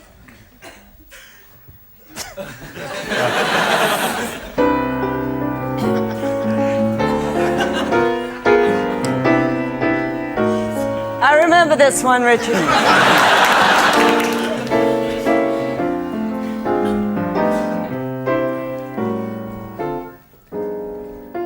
Do more with me. Wipe the floor with me. Get the floor nice and wet, and don't forget. Oh, do more with me. Wipe the floor with me. This is a love that I won't swap, because you know that you're my favorite kind of mom. All right. Very good. Excellent. And I've just when it comes, I just can't score that last game because I can't, frankly, remember it. And I must start the second half with a game called Props. Tony and Greg, you've got to come up with as many different ways of using that item as you can in the course of the show. Whilst Chip and Ryan, you go with as many different ways of using that. I can see why I didn't give that to Tony. Anyway, so starting over there with you, Greg and Tony. Do you come to Ascot often? Come on in my room, man. Isn't it cool in here? Pizza on a stick delivery. Here's your order. Madonna's Girly Tour. Have you seen it? Look in the mirror. My God, you've got measles. Madonna's Girly Tour. Have you seen it?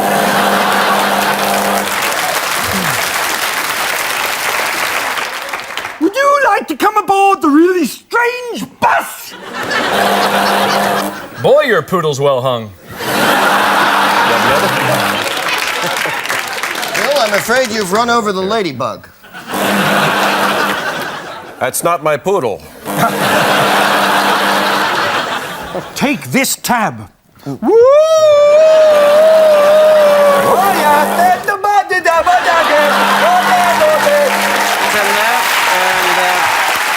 So let's do a game called Film Trailer. Greg is going to be trailing a film, which we'll get from the audience in just a moment, and the others will be acting it out, or scenes from it, with some music to help this along. So can somebody suggest an imaginary film title for him to be trailing? Sheep cutting. Sheep cutting? Shearing. You changed that just as I was turning round. All right, The Revenge of the Sheep Shearer. Make it The Revenge of the Sheep Shearer. That's not what he said. I know, but I'm turning into a film title. Don't quibble. So you... I shan't quibble, Mr. Anderson. Yeah, the other three are going to be Trey, acting let us out move on. Comedy awaits. Been waiting for some time, Greg, so... Revenge of the Sheep Shearer, then? Yeah, if that's not too much trouble. From the people who brought you Sheep Cutting, it's Revenge of the Sheep Shearer, a movie that takes place in the heart of the Basque Country. She was a young girl with loving on her mind. He was a vicious Basque warrior who bit the testicles off sheep. No! What fresh hell is this? He was a fascistic Spanish colonel who would get his way no matter what. I want my way. See the thrilling chase through the mountains with Daisy the Wonder Sheep. Thrill to the Basques' fight for freedom as there's a punch-out using paella. Take some crumbs. See the fascistic colonel beat Daisy and everyone else within his reach with a birch rod. Ah! I told you, I'm very dangerous. Starring Deke Sleasley as the fascistic Spanish colonel. Hear him say... I love the Dutch. Carl Nibley as Veronica. Hear her heave fretfully. I've split my pants, look. And introducing Dahlia Anderson as Daisy the Wonder Sheep. Now the sheep's hit the fan. It's Revenge of the Sheep Shearer. No one will be seated during the last three mouton. Coming to a theater near you. Did you split your pants? Well,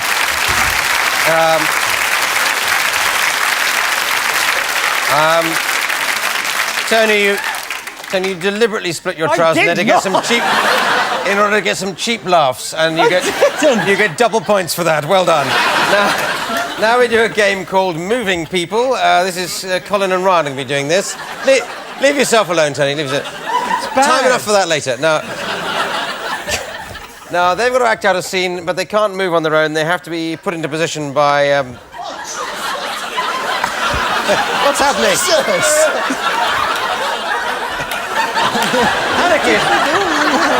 That's too much for Jim. I can't describe what I just saw. Yeah. Good evening. I'm deliciously huge. And welcome to Hey, Bolivia, ¿Qué tal? The show where we talk about biblical stories taking place in South America. We have an expert with us tonight on the story of David and Goliath, a short Jewish man and a huge Philistine. We have with us Dr. Esteban Malela. Doctor, Well, the thing is about David and Goliath was that they were supposed to be enemies, but let me tell you, I have some photos of them on holiday in Morocco. Look at that! Good God! Yes! He's not as small as he looks, Doctor. Oh my God, someone's in my ear. It's Link Sausage. He's out in the field with a special report. Link! And then you saute the carrots. Very fun. Oh, sorry, deliciously. We're standing here in the field with David, who's about to meet Goliath in the matchup of the century. David, how do you feel? I'm gonna put that big bastard right on his back. Right on his back. And I'm issuing a challenge to any other giants out there. I'll see you at the forum on Sunday, my friends. Well, as you can see, deliciously, he's quite excited. Back to you. John was slotting trains that day when a locomotive came along.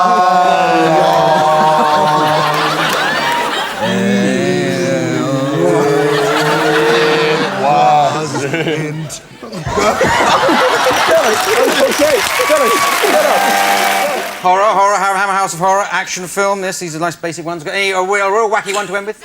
Ninja Turtles! Zig and Zag. Ninja Turtle. Oh, sorry. I'm sorry. Whoa, sorry. That's premature improvisation. Oh, look at that lush green valley. It looks just like two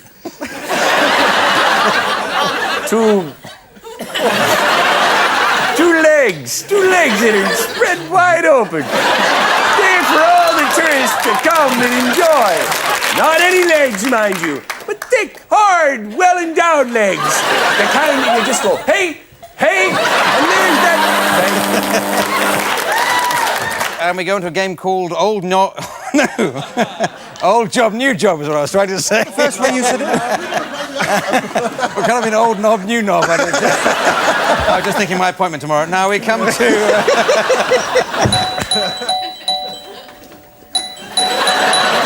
Hello, Steve. Come on in. Great, come in. You're great. What's over here then? There we go. There you go. That's lovely. Yeah, what's that? Oh, what's over there? What's that?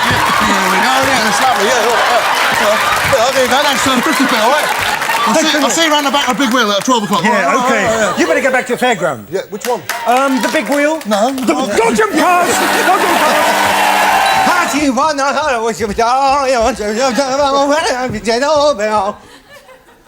Let's dance, baby.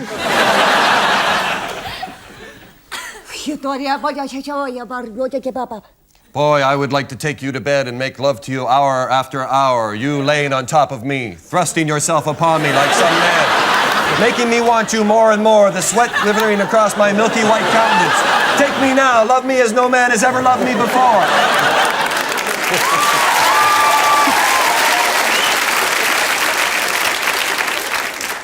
Okay. Pardon? Let's give it there. Thank you very much. Thank you. You assemble yourself in the correct order for this particular game. Yes, we have, Mr. Anderson. Let's leave you starting. We're keen to do it, sir. So let's do a hoedown about a holiday. It's a nice adventurous holiday. We've got a suggestion from Johnny. What? Scuba diving. You've had some great suggestions tonight. Most of them being cut out for being too filthy, but scuba diving seems fair enough. So scuba diving, snorkeling, general water sports. Hoedown. Take it away, Greg.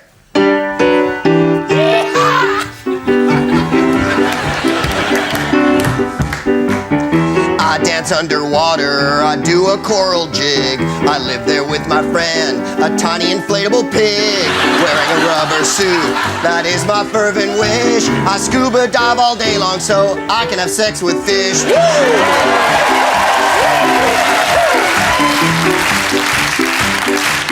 Take it, boy. 3 feet under, I'm in the water here. I've got my mask on and feeling good, oh dear. I'm nuzzling up to fishes, I'm on the deep blue sea. I can't have enough fun like Jacques Cousteau, you see. Ha ha! I'm not very good at swimming. I hope that I don't drown. And if I do, I hope that sooner or later my body's found. I think I'm going there now. My vision's getting soft. Where the hell, when you need 'em, is David Hasselhoff?